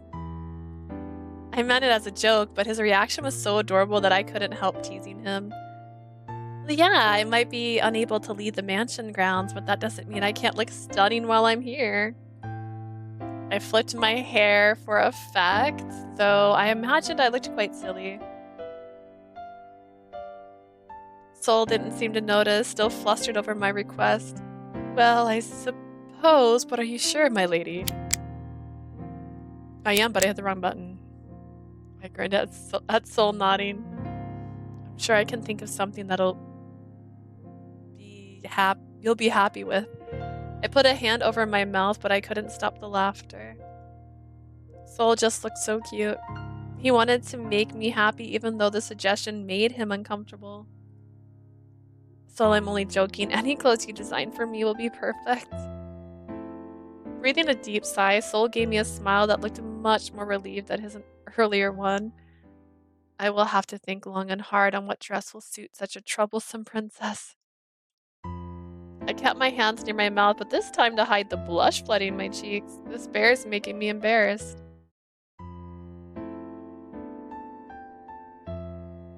So sophisticated. Alright. We're real people now. I just love when the sparkles appear around him. Alright, we left her alone last time. We're gonna approach her this time. I snuck over to where Lily was hiding, not wishing to be noticed and ruining her stakeout. Lily, what you doing? Lily covered my mouth with both hands, immediately sushing me, even though I kept my voice low. After glancing over her shoulder to check that we were still hiding, Lily started whispering to me. He will hear us. You mean Soul? Lily visibly paled when I whispered Soul's name. She was adorable, still thinking her crush wasn't obvious. How did you know? Oh, never mind. Just keep your voice down, please. I didn't know what to say at first. I was just being polite, but no doubt she was too anxious to realize. But sitting in silence felt a bit uncomfortable, so I asked questions that I'd been considering for a while. Why do you like him so much anyways? Lily stared at me like I'd grown a second head. First off, rude. Are you blind? Not in this game. I actually have eyes. Prince Soul is handsome, responsible, kind. That's it. We could have eyeballs instead of channel points. It could be eyeballs. Hang on. All right. A Tomy game. MC's eyes for the ones that don't have them. Responsible, kind, and he's a gentleman to anyone. He also knows how to sew. That too. If you can't see it now, you're hopeless. He is perfect, not a single flaw. I didn't argue with her, but I wondered about whether he really was flawless. Rude. Whoa, is he flawless? We can donate eyeballs for Sympathy Kiss MC. We can earn her eyes, the eyes of all the MCs without eyeballs. I'm putting it on the list. Eyes. MC eyes.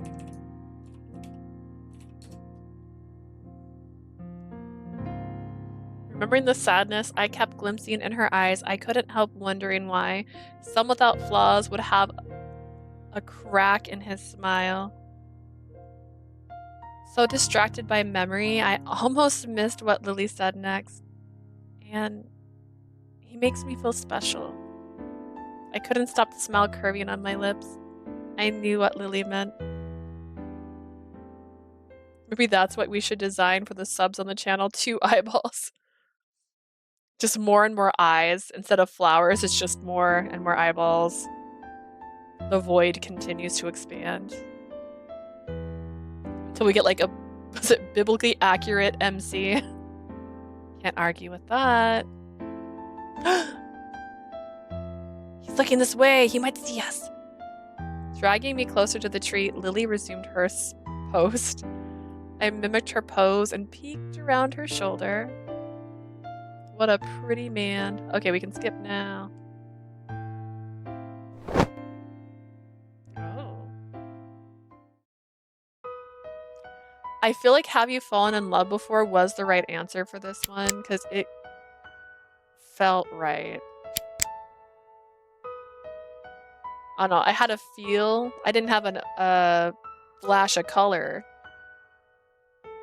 but it felt like the right answer because it made him blush.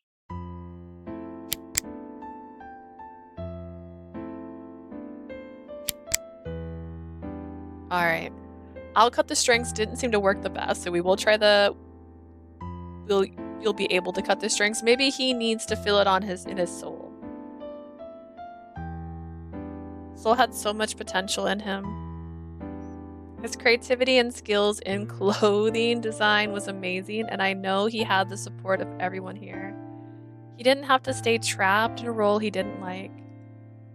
Trust me, Soul, you're stronger than you think. I offered Soul my biggest, hopefully most encouraging smile I could. He only stared at me as if I'd suddenly switched to a foreign language. Please understand, Lady Aurora, this isn't something I can just step away from. My heartbeat went sideways for a moment, unsettled by the defeat in his voice. But Soul, my father trained me for this role since I was young. You don't just walk away from such conditioning. For a moment, I couldn't speak. It was hard to refute Soul's statement when it wasn't my place to be meddling in family affairs like this. We might be skipping back and making the other choice. This doesn't seem right. Trauma. Trauma as the Subbers picture got it. I was just an outsider who wasn't brought up in the strict expectation. I wanted to free him of these obligations, but I didn't know much. Remembering what Soul asked before I tried another tactic. In response to your earlier question, yes, you will be accepted. A flicker of hope passed his face. How can you be so sure? Alright, let's see.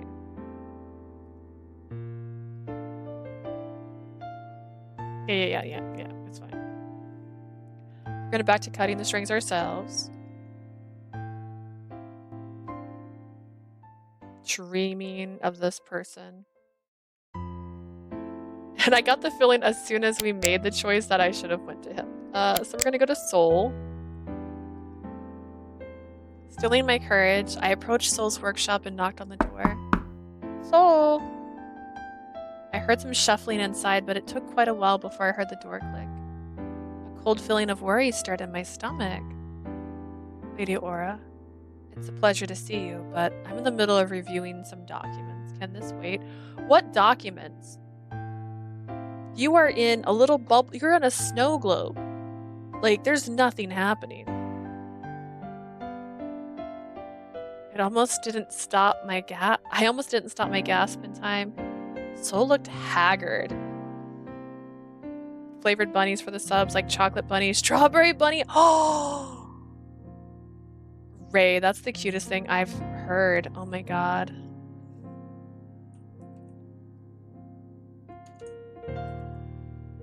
That sounds so cute. I'm saving that one. I'm just picturing like animal crackers, but like all bunnies, but different flavors. That's what I pictured when you said that. His hair hung limply from his ponytail as if it had been pulled by hands, unconsciously drifting through it in desperate thought. There was dark lines under his eyes, and the vibrant green eyes I remembered were dull and tired. I'm gonna ask Huggo what they might be willing to commission. We'll see. I have dreams. Fred dusted his cheekbones, but the rest of his face was so pale. I really need to talk with you. Soul sighed, gently leaning on the doorframe. I like this game because it does the tropes, the old school tropes, leaning on a windowsill, leaning on a door frame. It was not the gesture of someone acting aloof. Soul seemed to need it for support. As you wish. He said that, but he didn't open the door wider or allow me into the room. So please tell me what's happening between you and Dion. It's obviously causing a rift between you two. There's nothing to say on the matter, Lady Aura. His tone was so terse, intent on to end the conversation there. If I hadn't seen him say it, I'd have thought he had become royal. Soul, this isn't like you. I take a step closer. Please say something to me, Soul. Locking yourself away from the world, from us? I'm just worried about you. Soul gave a soft smile as if it took all of his strength. Strange how it makes me happy to hear you say such a thing. However, the smile disappeared and Soul tried to close the door. He tried to shut the door on me? I pressed my hand against it and pushed back. Please don't lock me out, Soul. For a moment, I saw the entire conflict play across Soul's face. Sadness, anger, hopelessness. Every emotion I could think of flashed over his features. But then, Soul tottered backwards a couple of steps. Soul.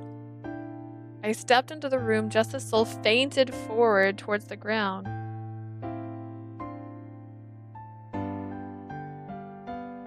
Because his name is Delok, he's trying to lock you out.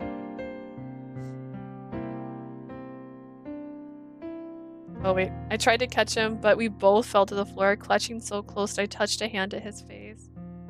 I yanked it back, burned by the fever of his skin. If you're having a fever that's so hot it actually burns your skin, you're mutants. You're mutants, you're not people anymore. Soul! Are you okay, Soul? No. The short answer was no. Skip.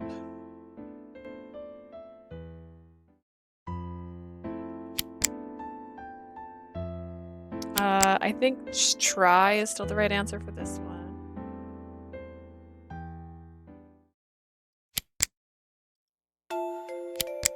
Ask to resume as the heir. We didn't try that, so let's try that.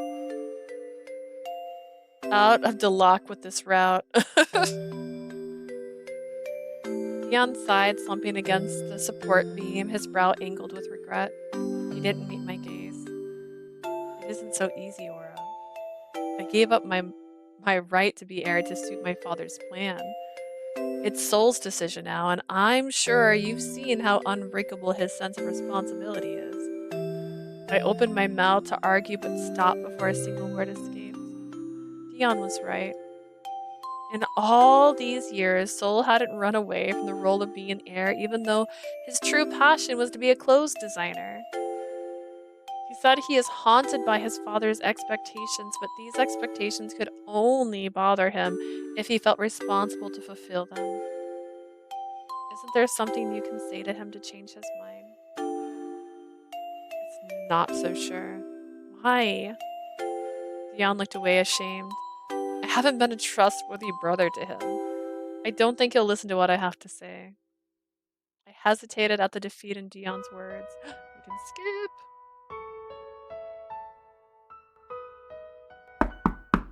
Oh, wait, this is the same ending. We got the same ending.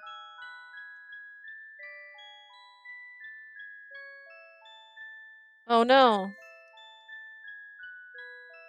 I still have all the. How did I changed almost all my answers.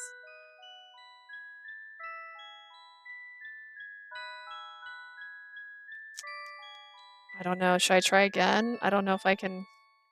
It's giving me no clues. Also, I'm surprised this counts as one of his, honestly. Interesting, interesting. That was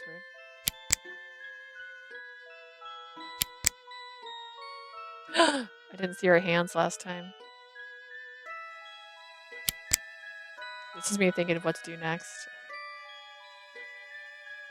Oh no.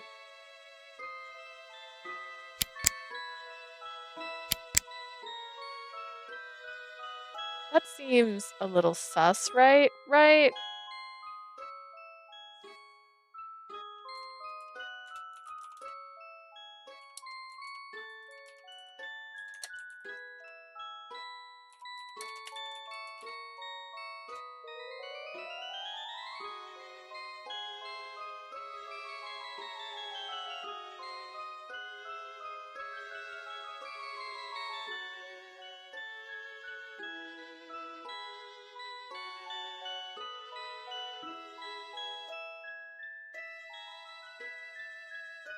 Oh.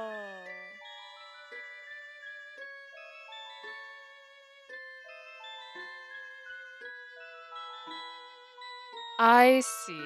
Okay, wait, this goes even further back. I didn't go far enough back in my choices. Okay. This is like, I shouldn't have gone inside. My bad. I thought that was always the right answer. It's rude to go inside a house without permission after all. I thought she'd freeze to death, honestly. If I said the house had the possibility of being haunted or cursed with who knows what, I sat down and hugged myself. The rain continued to pour. The static sound almost lulled me to sleep. How long was I supposed to wait? A yawn escaped from my mouth. My body had reached its limit. Since I was stranded anyways, I decided it might not be so bad to rest my eyes for a few minutes. At least just until the rain stopped. I knew it wasn't the safest idea to sleep in an unfamiliar territory, especially during a rainstorm in the middle of a forest.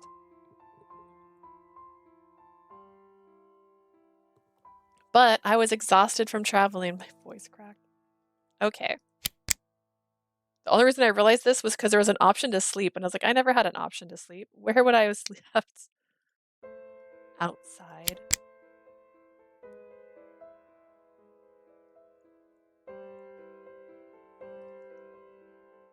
I'll rest for a few minutes. I don't think something bad will happen to me while I nap, right? Nothing ever happens badly in the dark. As much as I wanted to stay awake, my mind blackened and my consciousness slipped away. Certainly nothing should happen. Laura, I want you to take care of this for me. A broken locket? Yes, please hold on to it until the day you meet that person. Who do you mean that person? Goodbye. Mother! Don't leave me. Mother! Oh my.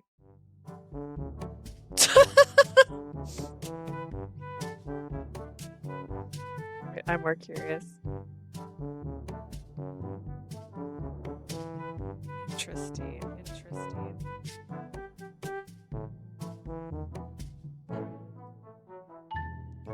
I reached out and grabbed something soft and fluffy. It fit within the palm of my hand, and I couldn't help but squeeze. Was Mother's hand really this soft? Pardon me, my lady. A gentle voice entered my dream. Hi, beautiful. You're gonna be eaten by that guru. That one's not the one that bites. Love this chibi art. I just like how Also, I too cannot draw hands, so I appreciate this. I think you're squeezing me a bit too hard. The voice pulled me from my sleep. I blinked away the darkness to see what appeared to be a yellow teddy bear standing in front of me. My hand was wrapped around its torso, squeezing it enough that my fingers were indented in the plush fabric. Oh. Pointing at the bear's nipples. Oh my gosh. Did we finish one route? Not. Well, yes. We got the normal ending for this route. I'm just trying to get the actual good ending for this route. My hand was wrapped around its torso, squinting enough for my fingers to indented the plush fabric. All right, give me 1 second. I'm getting a phone call.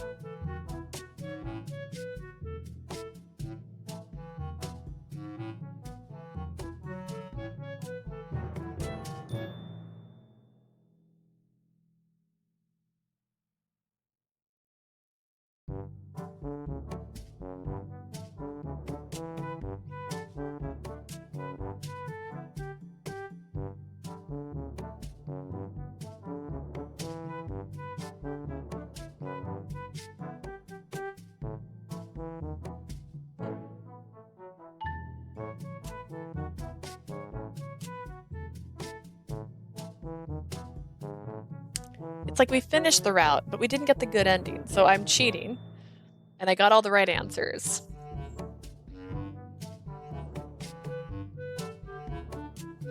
Startled, I let it go. It coughed a little bit, looked up at me the moment after, and then simply implanted with a smile implanted on its face. Uh? Good evening, my lady. It talks. Unconsciously, I poked his cheeks in bewilderment. This is the first time I've seen a magical bear. Magical bear? You are one, right? Wait, what are you doing in a place like this anyways? Where's your owner? Well, she's talking to this bear. I see. You also got lost. You're just like me, right, Mr. Bear? Not exactly. I stretched my arms, finally noticing the rain had stopped. Exactly how long was I asleep? Even the clouds were gone, revealing a crescent moon shining above. I could I could get out of this creepy forest and leave this strange mansion.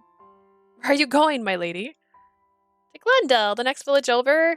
It, I was only sheltering myself from the rain. That's why I'm here. Since the rain has stopped, I can continue my journey.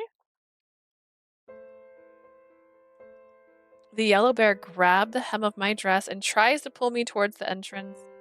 Please, my lady, stay for the night. You can always continue your journey tomorrow.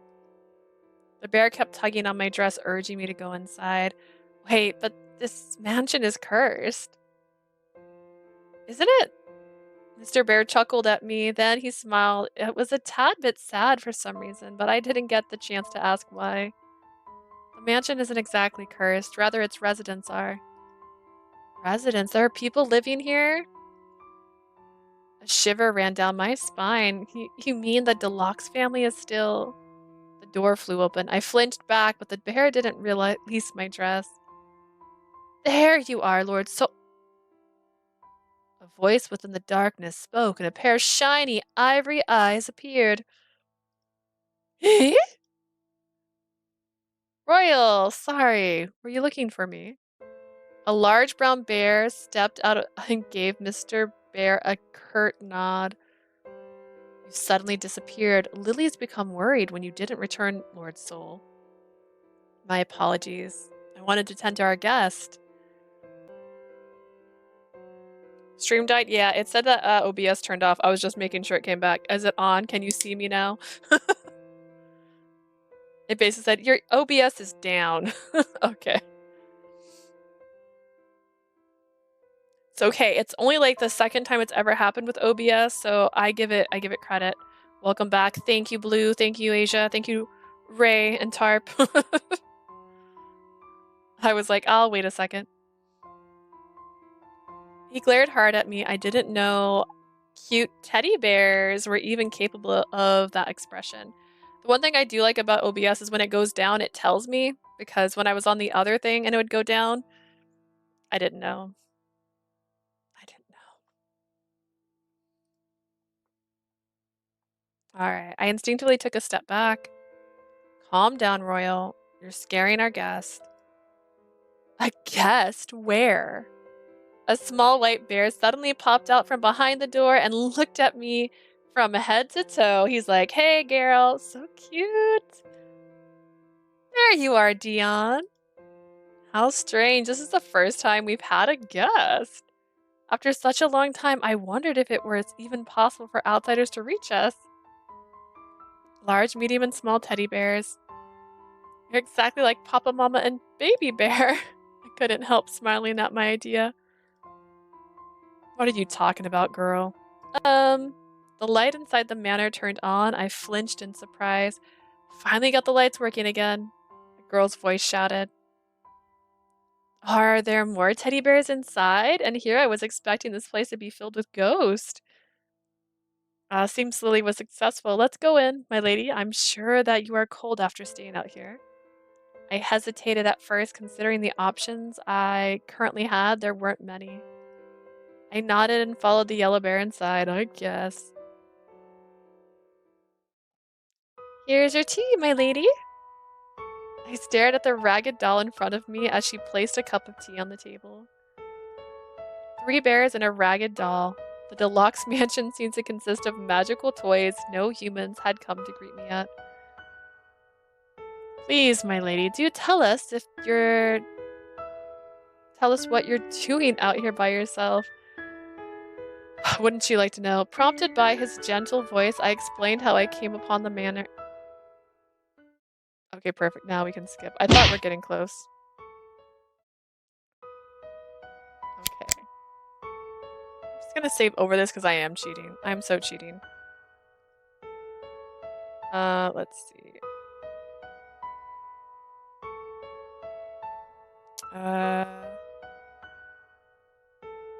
Stay. Yes.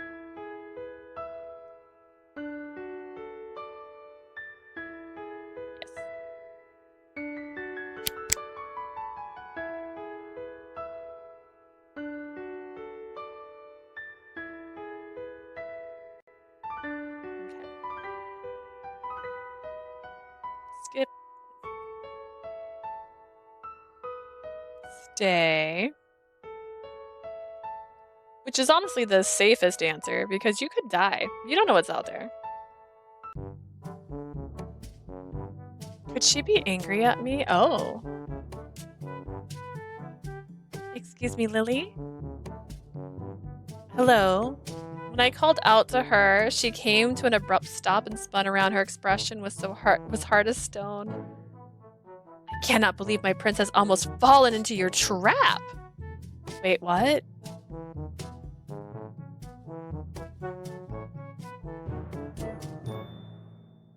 It's so cute. What the heck? Don't think I didn't hear about your embracing my poor prince on the porch, squeezing him so tightly he was gasping for air. A strained smile pulled at my mouth. Oh, that was... You have taken advantage of my prince's kindness and seduced him. He even offered to take you to your room. Alone. What evil deeds will you do once you have him all to yourself? Eh? No, I cannot let you take my prince's purity like that. I cannot allow it. Oh my goodness. Okay, Lily, calm down. You're spiraling. Only I get to spiral around here. Lily glared at me with such ferocity that I stepped back and frantically waved my hands in front of me. No. We're fine. Everything's fine. Lily, please, you have the wrong idea about everything. Please calm down. You cannot deceive me. I had no doubt that this doll would leap at me at any moment. Eh? I will not let you take my prince. I sighed and crouched down, kneeling before the infuriated doll. He's a teddy bear, Lily. It's true, I think he's cute. Lily's shoulders went up. I quickly continued before she did attack. I love her, but can I throw her in the air? She is a rag doll. It's because I think all plush toys are cute. I think you're cute too. My prince is not a toy. I meant it literally. You all are. Lily slumped immediately as if somehow forgetting that she and the others were cursed within toy bodies. I felt bad for her, seeing her so dejected. Even without her human body, her feelings towards Mama Bear were probably the same as when they were human. Have you told him? Told him what? You like him, right? I gave Lily a sweet, teasing smile. The fabric in her cheeks lost color. How did you know?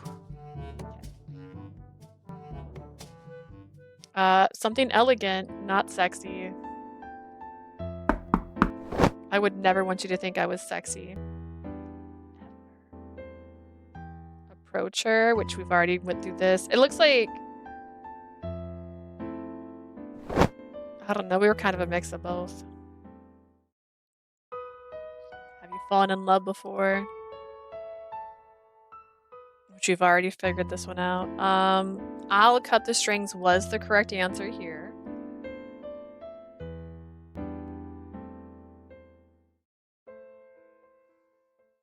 Then going to Soul, who has a fever, is also the right answer here. Listen, I made all wrong answers my first playthrough, basically. Oh, wait, it says leave is the right answer. Part of me still doesn't feel like that's right, so I'm gonna leave.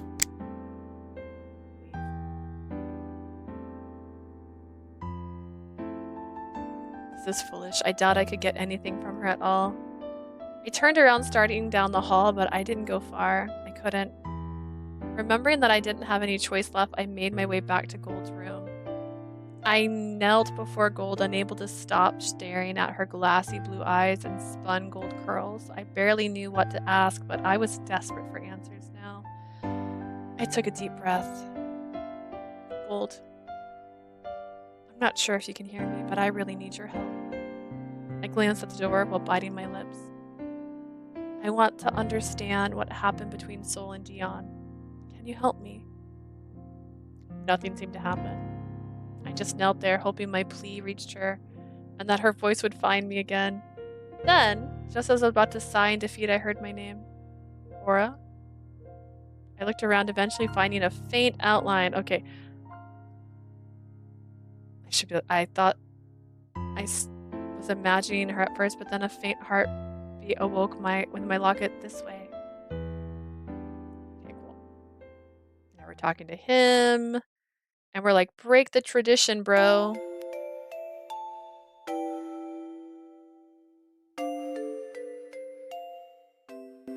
All right.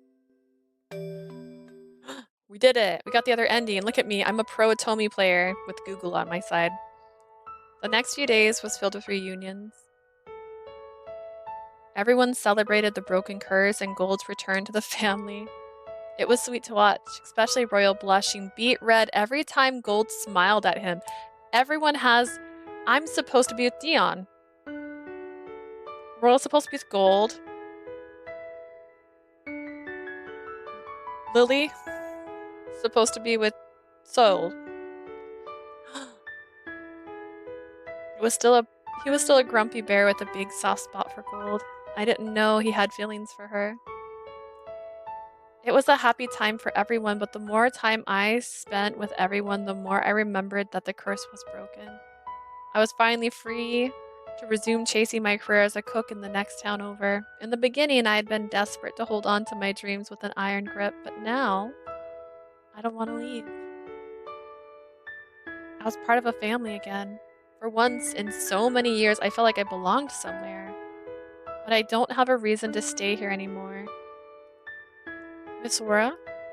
I twisted around at the sudden voice, surprised by its soft tones. I still wasn't used to Gold's voice despite hearing it many times before. Hi, Gold. Curtsying, Gold approached me with a smile. I've been meaning to talk with you alone, but I've just missed everyone so much. It feels so good to be able to communicate with them again. It wasn't hard to see why everyone loved this one girl. I love her too. Like, look at her. She's so cute. She gives me so much love to everyone she meets. Oops.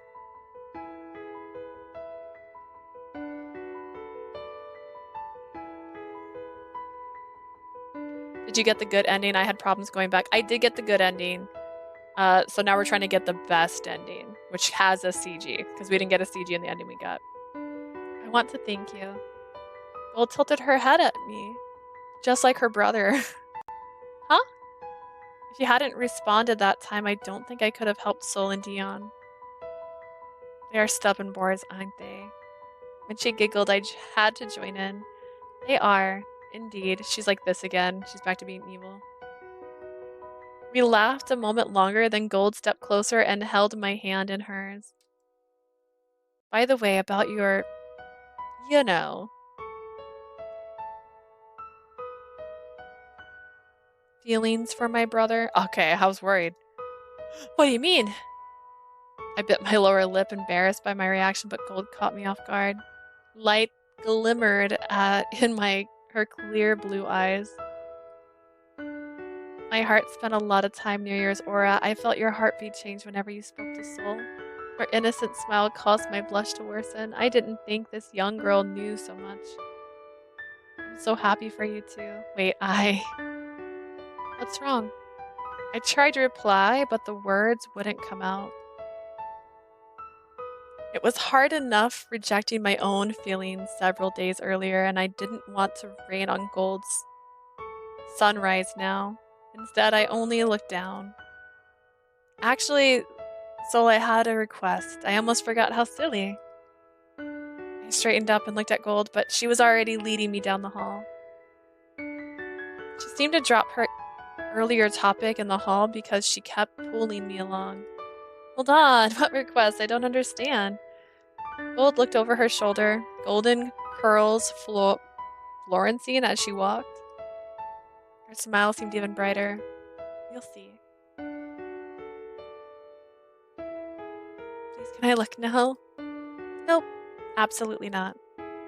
Please be patient, Miss Aura. We're almost done. Smaller screen on purpose? No, this is the size of the game. When I propped it open, this is how big it pops up. It's kind of tiny. And I checked the settings. There's only two options. It's full screen or windowed, and it's always windowed on mine. So, and I tried dragging it to make it look bigger, and it just makes a white black border around it. I huffed with mild impatience and resisted taking off the blindfold, blocking my eyes from seeing the dress the two of them were helping me into. Gold finally revealed that Sol wanted to see me wear the dress he designed before I left to go to Glendale. It was hard to smile when I heard that, realizing Sol was expecting me to leave now that the curse had been broken. Maybe this is what he meant to ask me in the kitchen that day. Maybe this is what he meant if I would model the dress before leaving. Keeping the sigh locked inside, I just waited and took the directions given to me. Lily and Gold continued dressing me. There, I think that's perfect. I tilted my head to the side. Gold's voice sounded further away. Yep, guess we're done. Wait. Confused, I fumbled with the knot on my blindfold, but when it wouldn't loosen, I tugged the fabric from my eyes. I was not expecting the sight witnessed in the mirror. Is this... I was dressed in a wedding gown. I had thought it strange that there was no fabric on my shoulders and partially down my back. I didn't know what fabric he used, but the white shone in the mirror whenever I moved, sweeping across the bodice in a counterclockwise direction. Ooh. That was quick. Yeah, they're in love. They're in love now. Do you like it? I spun towards the door, and when I saw Sol standing there, his princely smile aimed towards me, I felt the heat rise over my throat and face. Already in a wedding dress, only in a Tomi. Some people get married fast. Technically, she's been here for months, when you really think about it. Can I be in a Tomi game? I'm so sorry, Asia. You have to create your own Atomi game. So it's not quite finished. I still have to add the accents and beating, but this makes sense because I don't want to impose on you so soon. Wait, I don't understand what's going on. Sol tipped his head to the side and came closer, light gleaming in his green eyes. Gingerly, he took my left hand in his and placed a soft kiss. Sol. Oh, that's cute. Oh, that's flippin' cute. Look at that.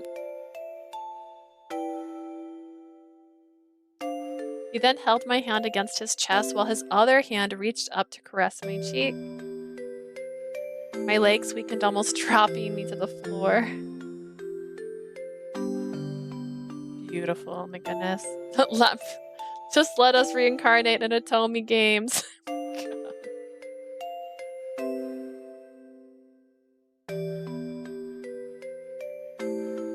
Let's make it a story. There, yeah, make a story. The first person to make my heart act this way. Before I opened my mouth to ask what he meant, I felt his heart beat against my palm.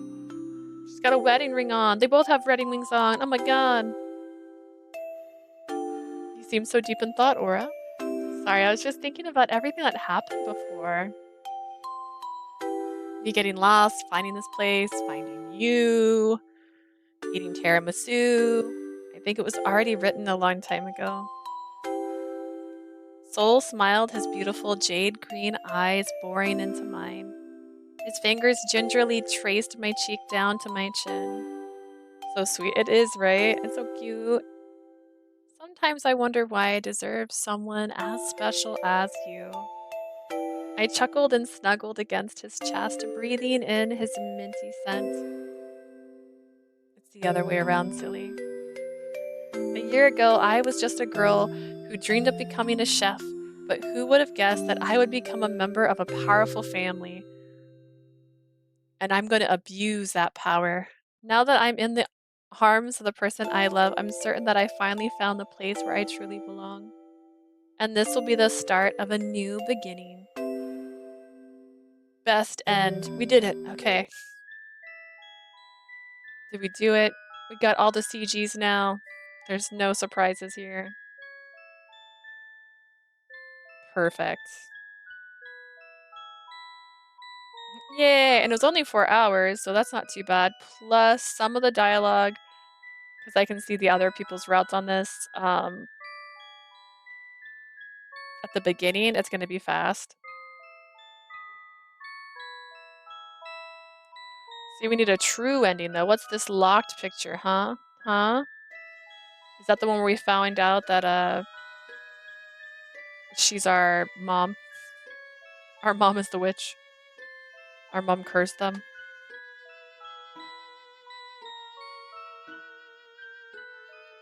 What's the picture, man? Hey, that's Goldie. That's Goldie. This looks like Goldie's hair. I guess the bangs part differently. I don't know, man. Why did the mom do it? So I don't know if it's the mom. To be clear, they haven't said it's the mom. The reason they were put in a curse was because the father was selfish and didn't take care of his kids.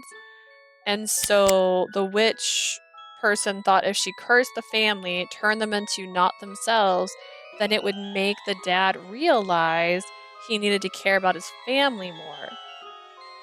It didn't work, but she wasn't dumb, so she had a backup plan where she had also stored the heart in a locket and gave it to her mom, but her mom died. The toy maker could be the mom. That was my thought. Like, it could be the same person. She took the thing with her. And we accidentally have Royal's first one. We have nothing for Dion. Well, that's perfect. We did so good today. We will continue tomorrow, playing some more of this. I don't know if I'll get through all 3 routes tomorrow just because, but we got all of Soul's ending, our pictures, so now we're gonna get, I don't know, should we go with the brother or should we go with the butler next? I feel like maybe we should go with the brother next because the butler seems cooler. I feel like the 2 brothers look too similar. And they're both princes. Like, I don't need a prince. I need a butler. The best butler in the world. The butler was nice, but he's also not nice, which is why he's interesting. Well, I'm gonna head out, guys, because I have plans. So thank you guys so much for joining me today. Also, thank you for everyone who decided to subscribe today. Thank you very much. It's an exciting first day of actually having this and having emoticons. I'm really excited. So thank you guys for joining me. I hope you guys have a lovely day. If you're watching my streams on YouTube, I stream on Twitch. And if you're watching this on Twitch, I upload all the VODs onto YouTube. Another fun fact, now that we're affiliated, my VODs will last longer on Twitch. So they'll actually be here for 14 days going forward instead of just 7. So, hey. Bye, guys. Thank you so much. Have a lovely day. Bye-bye.